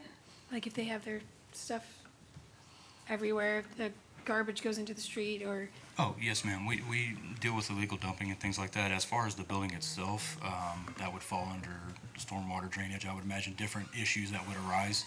We're not specifically for buildings. We're on the outskirts, on the outer areas and the right-of-way. But yes, we would be able to do that. okay, thank you. And Yes, ma'am. would this help alleviate the need for Brightview? The three would not, it would not be enough, no ma'am. Basically what we're looking at for the three employees is help downtown for Luke. He's by himself. He does a lot of the watering of plants, our gateway signs, taking care of downtown, cleaning up downtown, so he needs some help. And then the other two would be able to fill another truck, so we have another division within that truck for right-of-way. And I'm gonna be taking another set of guys to do beautification specifically. Okay, thank you. Yes, ma'am. So I had a question about the reclass of 8 guys from a 1 to a 2. Yes, sir. How long in training does that normally take to be considered a 2? Because I don't, I want to help support that. Yes, sir. It sounds like you wanted it, but it was number 8 on your priority. Yes, sir. So there was a little bit of a communication with myself and the city manager on how we wanted to do that after concerns from Councilmember Flores Kale about certifications and things like that. I just put it a little lower. I still want to do that. But basically what those positions have done has been with us since we started. And the gentlemen have learned all of our equipment. They're very versed, and they actually help everybody who's new come in. So they train everybody on our heavy equipment. They take care of all of that. And they're also out in certification for herbicide training and arborist training and stuff that I'm sending them to. So these are the guys that are a little more well-versed and have been here long enough to go a little further. Councilmember, if I could just add on to that, we're going to try to address those pay increases through certification pays and other more traditional ways instead of just general reclasses. Yes, sir. That's why I said there was a conversation on how to redo it. That's why it was a little further down. Okay, Yes, because I sir. don't want to lose our skilled people. Correct. Because we didn't do this now, and then you're retraining new people, and there we are again. Yes, sir. So it'll be taken care of with the merits. And, Yes, sir. okay, thank you. All right.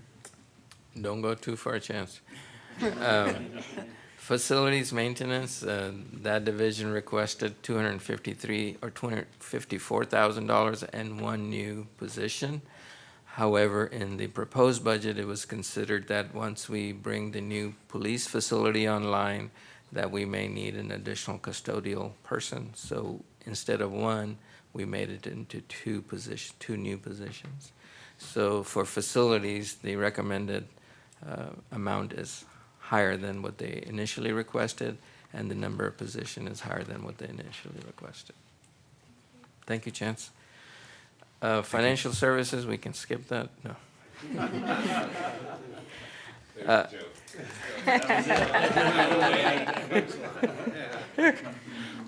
So, for financial services, city manager earlier on discussed as part of his program, he wants to enhance the purchasing program in the city rather than a decentralized model. He wants to bring into a centralized model with more accountability for procurement and contract management associated with those procurement. So we're adding we requested 2 positions, and the city manager's budget includes, actually the request should be 3 positions because I requested a city controller. Never mind. There were 3 positions. 2 purchasing. Yes, 2 purchasing and 1 city controller, and those 3 are all included in the city manager's recommended list. So the cost includes the purchasing staff and their support costs. So it's all inclusive for that program. So that was financial services. Moving on to human resources. Their total request did not include any new FTEs. However, they had several line items that added up to $55,000 in new requests. And as city manager discussed earlier, he has increased that funding to include comp study and other items. So their total supplemental request is about, in round numbers, $200,000. IT did not request any new positions. Their total request was $80,000. And here again, to implement the technology improvements that the city manager talked about earlier, their request is now being increased to $99,000. Library services, they requested one new position and $164,000 in supplemental request. The city manager's proposed budget includes all of that, including the new position. Arts and Cultural Commission, their request was $60,000. However, in the current approved budget, City Council approved $65,000 a year. So in the city manager's recommended list, you will see that amount to be increased to 65, with the council directed staff to provide funding for that commission. Moving on to non-departmental items. These are items that are not specific to any city department, but they are citywide costs. So I won't go over those. Mostly we've talked about that, merit increase and trash collection and pay parity. Parks and Recreation, they requested a total of 9 positions and $1.3 million in supplemental costs. The city manager's recommended list at this point in the preliminary stage includes 7 of those 9 positions and $1.2 million in supplemental funding. Okay, I have a question there. So the recreational specialist and the certified therapeutic recreational specialist, we're removing them, Bryan? Because I think that those are needed in the community to really help with these kinds of events, to make them, to outreach to maybe people who have more special needs or select different conditions. 126 and 136. Yeah, those were rated lower by the director on the list. Certainly, we can look at adding them back if the council's interested in doing that. I think the lack of recreation space is a challenge for us. So what we were trying to focus on is some of the outdoor recreation programming. And Mariana, if you want to comment further on that, we can talk about that.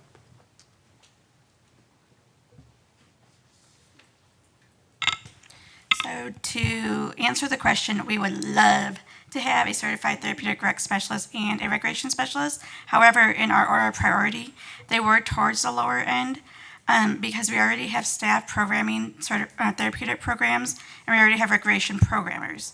So what these 2 positions are, they're essentially supporting positions to the existing positions we have. They're definitely a need and a want, but on our list of priorities, they were at the lower end. I think that those are great. I'm just, certified therapeutic just sounds pretty cool. Maybe there's kids out there who are getting bullied or something. Okay, certified therapeutic recreation specialists would definitely help us with our adaptive and our inclusive programming. So right now we're offering all-inclusive dances, but really the possibilities are endless. With us not having an indoor facility, everything would have to be outdoor nature-based, like adaptable biking and just a different twist on programming. Yeah, I mean, for people who are struggling with learning abilities, I think if we have a specialist in the community that can kind of center themselves on helping those residents.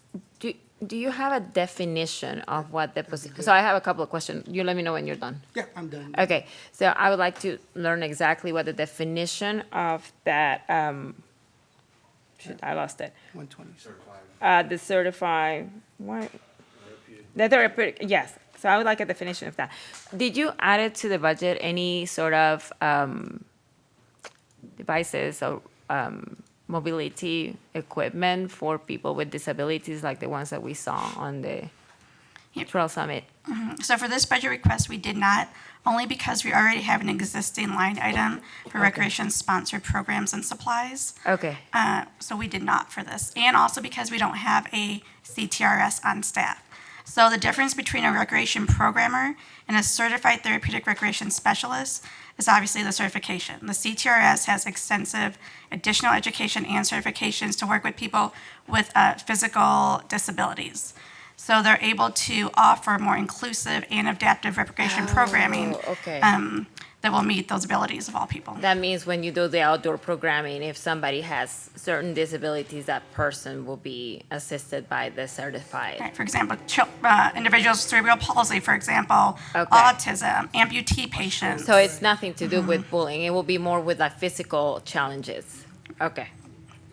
But also CTRSs are certified to work with individuals with cognitive and mental disabilities as well. Okay. Okay. Sounds good.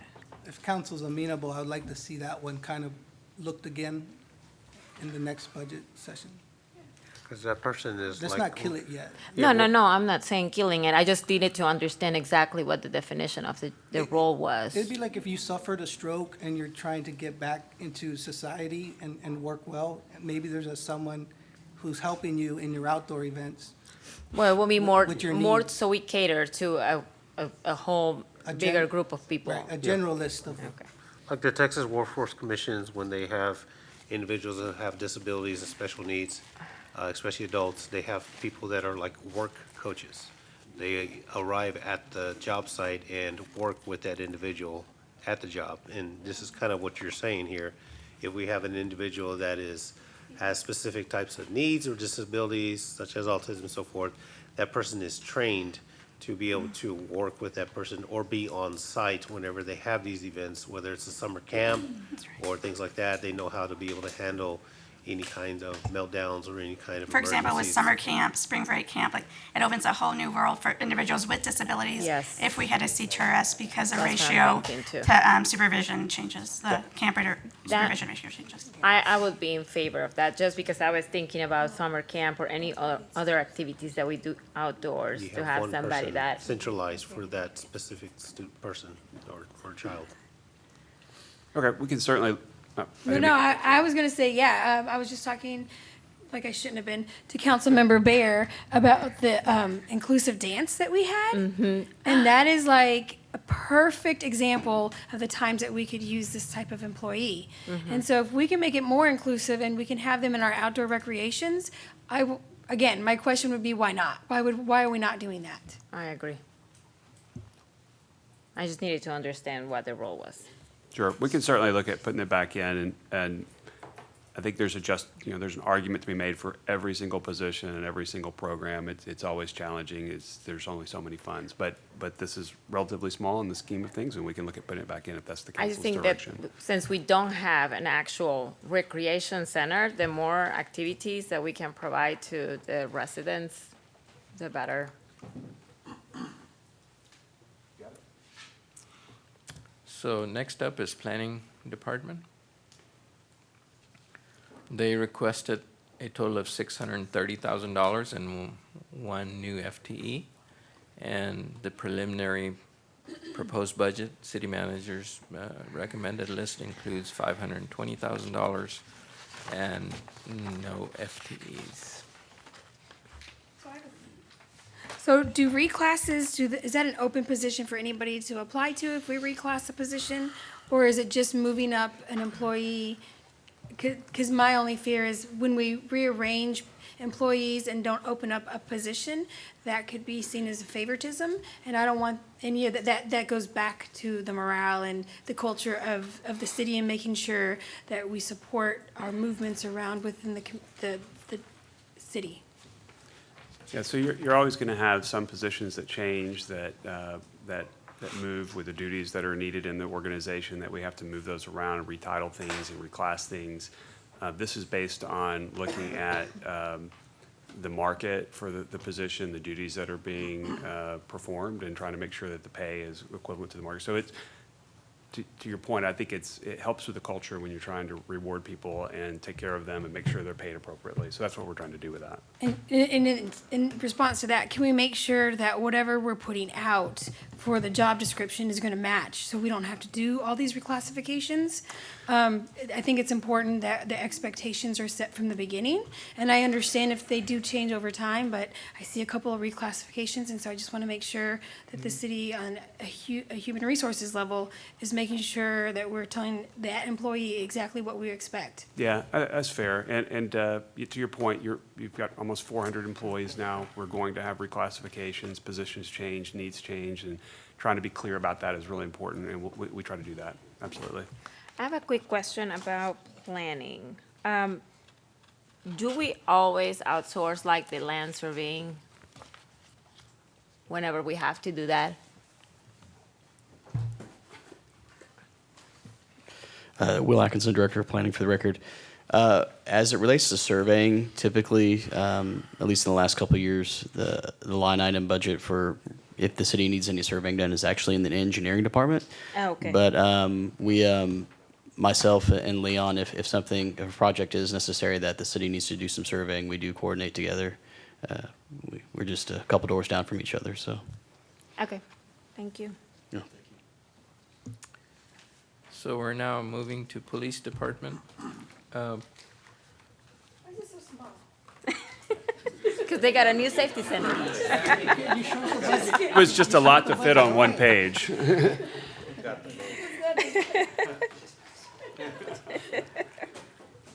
Size 8 font. To make it fit in. It does. Fit in one page. Yeah, I think what happened was when they were trying to make the slide out of it, there were so many lines that it was difficult.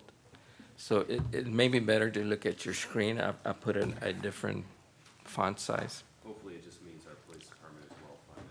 Should be the takeaway. And they are. So Police Department requested a total of 13 new positions and a total of $2.5 million in supplemental requests. The preliminary city manager's recommended list includes 6 positions being recommended and a total of $2.2 million in supplemental funding, which most of it the city manager covered in his presentation. Question. Number 52 and number 153. It goes back to my original question about in-house promotions. Chief, have you heard or has your department looked at when it comes to the narcotics investigator and the mental health officer? Those obviously are new positions. Would you have to hire them outside, both of them, or is it something that some of your officers would be interested in possibly doing an in-house promotion for that, including the mental health officer? Jeff Barnett, Chief of Police for the record, and both will come from within an in-house. Okay, so that way we know that we're not gonna be having to aggressively, as we're doing recruiting right now, that we're also having to say, well, I wanna make sure I have one police officer that's just going to be mental health. If it's something that you're looking at bringing an officer in that could be interested in that position, that knows the city, that knows the people, it would be like a promotion for them on that end, but then they would have their own section eventually, I know. Correct. These officers for these 2 positions would be selected from within the from within the PD staff. Okay, good. Chief, is the mental health officer, is that a badged officer? It is, yes. Okay. Chief, who responds to the non-emergency calls? Or does it depend who responds to that? It does depend. If you're talking about maybe a neighbor dispute, not necessarily an in-progress emergency, but who's going to come out and talk to the neighbors and try to help them resolve their conflict, or loud music, not necessarily an emergency, but who's going to respond to a loud music call at 1 a.m.? Yes, ma'am, those are all police officers. We have animal control and code enforcement that can respond to other types of calls for ordinances. I mean, they're pretty much self-explanatory, but your general day-to-day calls for a police officer are handled by officers. Okay. Do we have any new positions in here for officers? I might not. The sworn staff that we asked for out of the total 13 Okay. were not new police patrol officers. They were the ones that we talked about, the ones the city manager is recommending, the background investigator, the mental health officer, the narcotics officer, and such. Yeah, Those are all sworn positions. There'll be sworn positions, and I think as the chief is saying, he'll be promoting folks from within to those positions, and then new police officers will ultimately get backfilled into those positions as you go down into the organization. So it's effectively more sworn positions across the organization. Does that make? Okay, is that- yes. I know I'm one to call a lot, so. It's okay. We're glad that you do. The substation's gone. I'm sorry, yeah. So next department, and our last department is Public Works Department. They requested a total of 5 new positions and a total of $3.1 million in supplemental funds.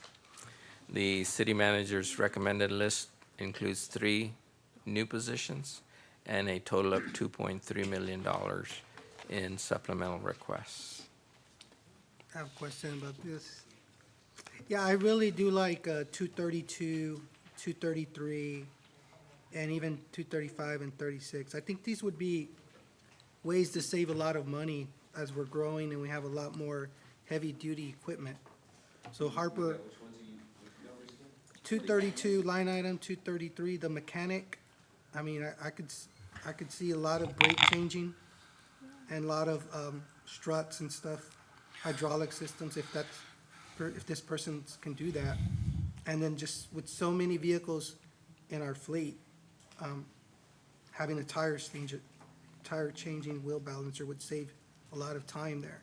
I know they're at the low end of the priority list, but you did put them in there, Harper, so what were your thoughts about those? And you don't have many recurring expenses either. You have one-time expenses, so just keep council in mind about that.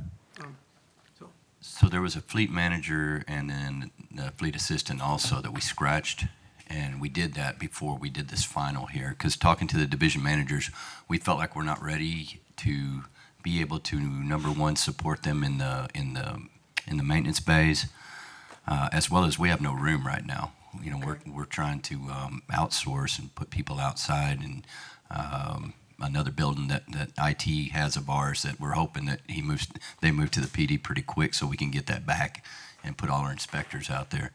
So in the future, yes, it's something that we're looking at. What we're worried about right now, that person will mainly be stuck to heavy equipment, and none of that other preventative maintenance, the oil changes, all the things that you're talking about they'll even get to. That's what we're worried about. So later, when we have a little more room and when we have better grown and adapted to our space to see what we can put out there, how many we can house and whatnot, and then dedicate bays to that function, then that would be, I think, a better pursuit at that time. So the vision is later to have our own little shop. Well, We can actually, repair our own vehicles. our city manager has actually talked about having a united one, that we take in everybody of sorts, not necessarily us, but its own place, a large facility, kind of like Austin, and it could have a fueling station and everything there. I think that's a great plan in the future. I think it'll be similar to the purchasing function that we've discussed about. It's very decentralized right now, but I agree with you that having it in-house, fleet operation and a fueling center where we would buy our own fuel and we would have a storage tank where vehicles would be fueled there and maintained. It can have a cost savings, but there's some infrastructure that Harper's talking about. We need to have a place for it and have a better facility plan out there. That'll be something that'll come back most likely next year with a recommendation, so we can understand from a facility and a capital cost, what do you need to have? I don't have a number for that because I don't have that plan just yet. But we'll put something together for that and the staffing that would be necessary for it. But you're seeing demands. I know the chief has asked for a fleet manager. He's got 85, 90 vehicles that he's, operating and maintaining, and oil changes and all the things that go into those. It's a full-time job, and so we need to have a staff that's dedicated to that. So I agree with you. I just don't think we're quite ready yet for the people. That's why, because we don't have a space. I have a question. Thank you, Harper. No, I was just wondering about the street maintenance and the technicians, since we are putting in the budget for those large projects. do you have? I mean, I don't know if you have it in here, that I don't see it, enough staff to be able to complete those roads hopefully by next year. Like, I would like to finish my term and those roads are done. Okay, which exact roads are we talking? The I wanna make sure, Heidenreich. just Heidenreich and The go Go forth? Forth. That's our priority focus, yes, ma'am. We'll be Okay, doing that. do you have the capacity and staff? Right now, we do, as we maybe, just to explain, I don't know if y'all saw, but city manager, we've discussed moving our maintenance budget from the $750K. Last year was 5, then we moved to 750, and now we're thinking the 1 million. This is something that from here on out, we're gonna try to push to this to do and achieve that goal each month. We didn't want to set it at 2 or 3, who knows? You know, we wanted to ramp up and make sure that we can complete things and not have money sitting there. I agree. So I just want to let everyone know what we're doing right now and seeing where we can find that fine line between what we can accomplish and the money that's given. And that's because that's a priority. I know for residents, the roads are Right. one of the biggest complaints that we have. So I mean, if there is something you have to ask, please ask for it.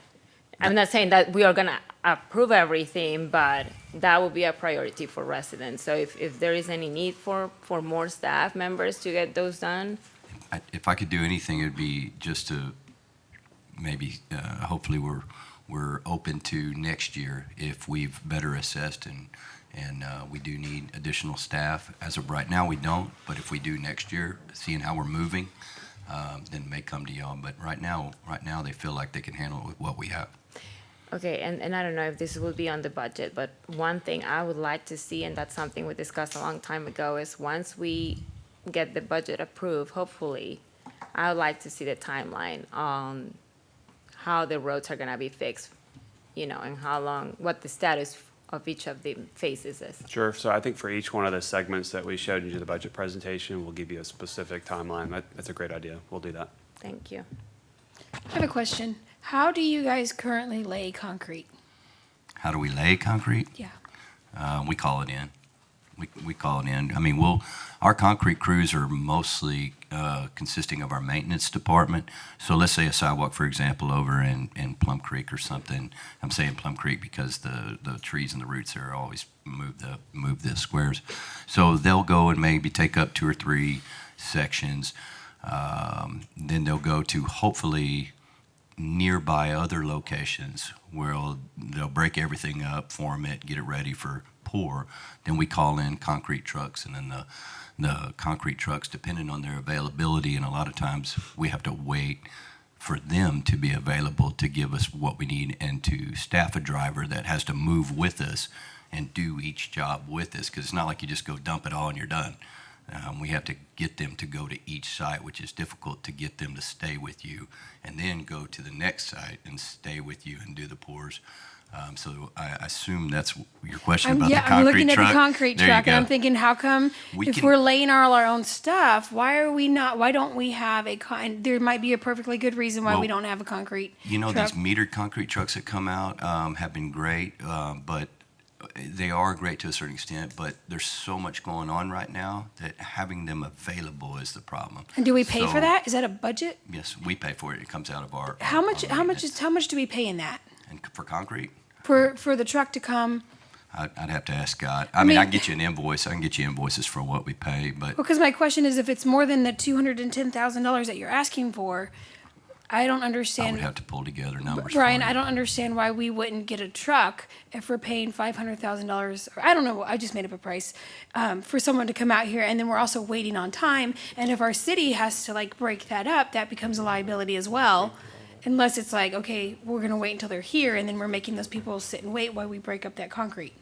Yeah, we can certainly get you a better analysis of that and take a look at it. I think it's the truck cost is one thing, then it's the maintenance of the vehicle, and it's the material, the concrete itself is part of that cost. So we'll look at that. We can get you an analysis of it. Okay, thank you. You're welcome. If I can just finally add about to maybe go on Councilmember Flores Kale's comments and then Zuniga's comments and then about the facility itself. I'm glad that you and city manager and Jerry are really looking at a facility in the future. Because when it comes to the concrete, you got to be able to have the stuff to store it, the sand, the gravel, okay? That could be a location there. Your concerns about the fleet, about, brakes being changed and so forth like that. In the county where I work at, we have facilities throughout the counties, and they have basically substations there. It helps because if there is a vehicle that needs their brakes changed, they can take it in, get a work order done. Not only that, if there's something with the city needs to be able to have, whether it's the officers that need to put fuel in their vehicles, instead of going to a gas station, they can actually have the substation there to where they can get their fuel from there. Same thing with the trucks. Everybody just kind of has to stay in line, put certain codes in, and boom, and it keeps track of all the fuelage of every single vehicle that the city owns, which I'm glad that, and it keeps a better record keeping of all of that. So going back to the concrete, that also could be a site where all the trucks can be housed at as well, and the maintenance done and so forth. But then that brings up the good question where a lot of people would say, well, when it comes to property acquisition, being able to find specific areas of the city to where that area could be best served, or where the location could be at too. So, because as our city's growing fast, a lot of land's getting bought up, and a lot of development's coming in. You want to be able to make that facility feasible, and also the location to where it's easily accessible, especially when you have big trucks coming in and out. So I'm glad that we as a city are starting to look at that long term, again, 5-10 years down the road for that. Okay, to wrap up this portion of the discussion, the supplemental requests and city manager's recommended list. So the bottom line of all the city department requests was for $10.2 million and 42 new positions. Of that, $8.9 million is in the recommended list, and we've gotten a lot of feedback today, so this number might change, and a total of 30 new positions. That's 90% of the supplemental fund requested by departments are in the city manager's preliminary proposed budget at this point, and 72% of the new positions requested. So I'm going to switch back to the presentations real quick. We're almost there. So if you would please. Okay, so next steps, real quick. Our Tuesday, July 25th is the deadline for the chief appraiser of HaysCat to provide us certified property tax valuations. So we'll get that. And hopefully soon thereafter, we'll get our tax rates from the tax assessor. July 27th, tentatively, we're looking at city manager will be sending the proposed budget and CIB spending plan to city council. And then on Saturday, July 29th is our work session number 3. Starts at 8 a.m. This is where the city manager will present the proposed operating and capital budgets for next year. This is a requirement of the city charter, so we will be complying with that requirement. And then August 15th, this is a regular council meeting, our budget work session number 4. This is where council is scheduled to have public hearing on budget and tax rate, and also have the first reading, adoption of the property tax rate and budget ordinances. And then Thursday, August 24th, work session number 5 at 6 p.m. is our last public hearing on budget and tax rates, and second reading or final reading on the adoption of property tax rate and budget ordinances. So with that, I'm going to hand it back to Bryan. All right, the final slide that everybody's been waiting for.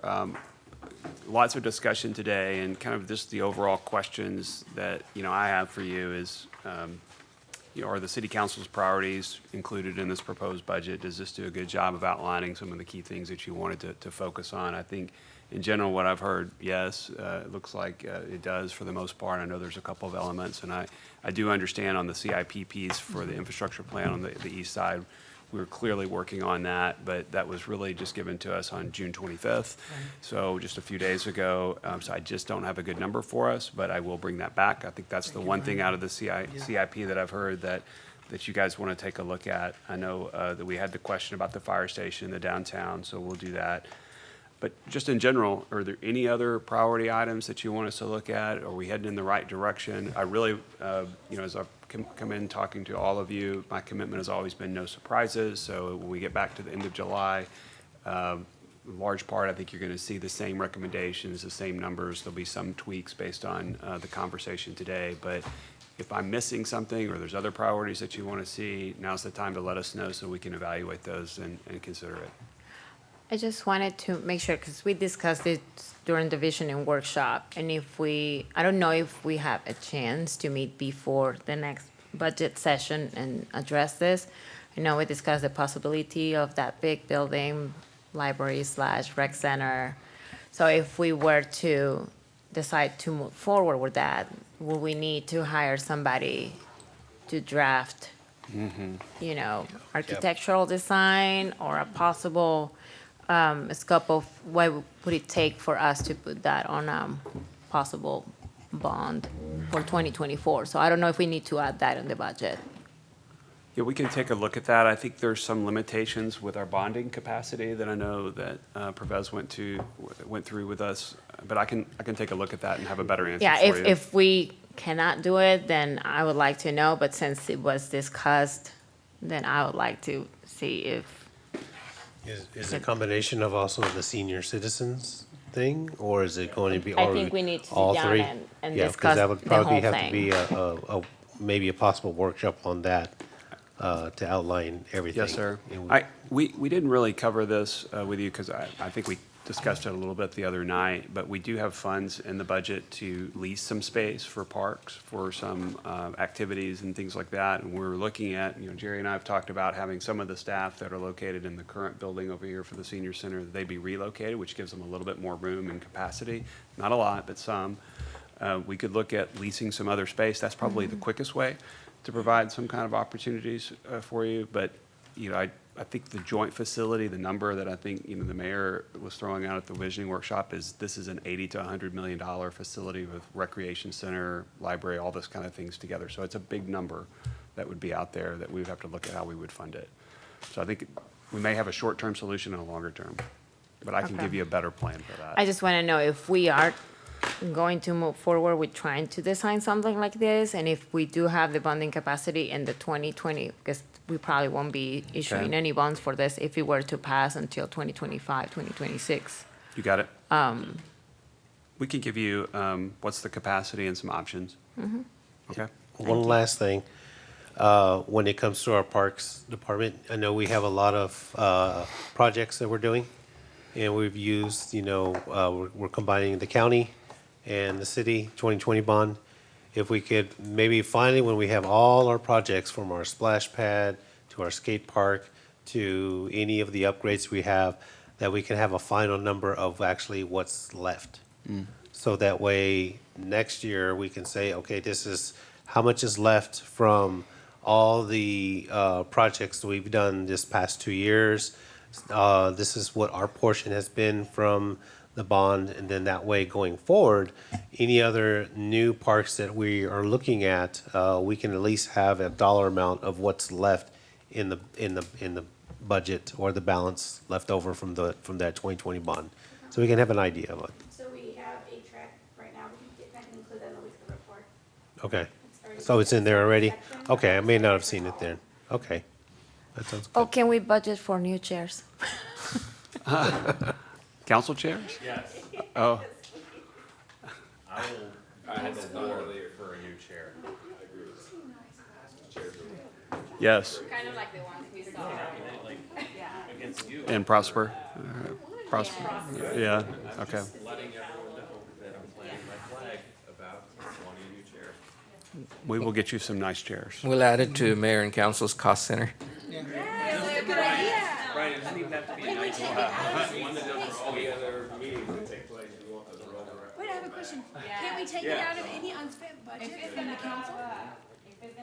Brian, can we go buy one right now, please? We can buy it this year, Brian. All right, motion to adjourn. Second, we're adjourned.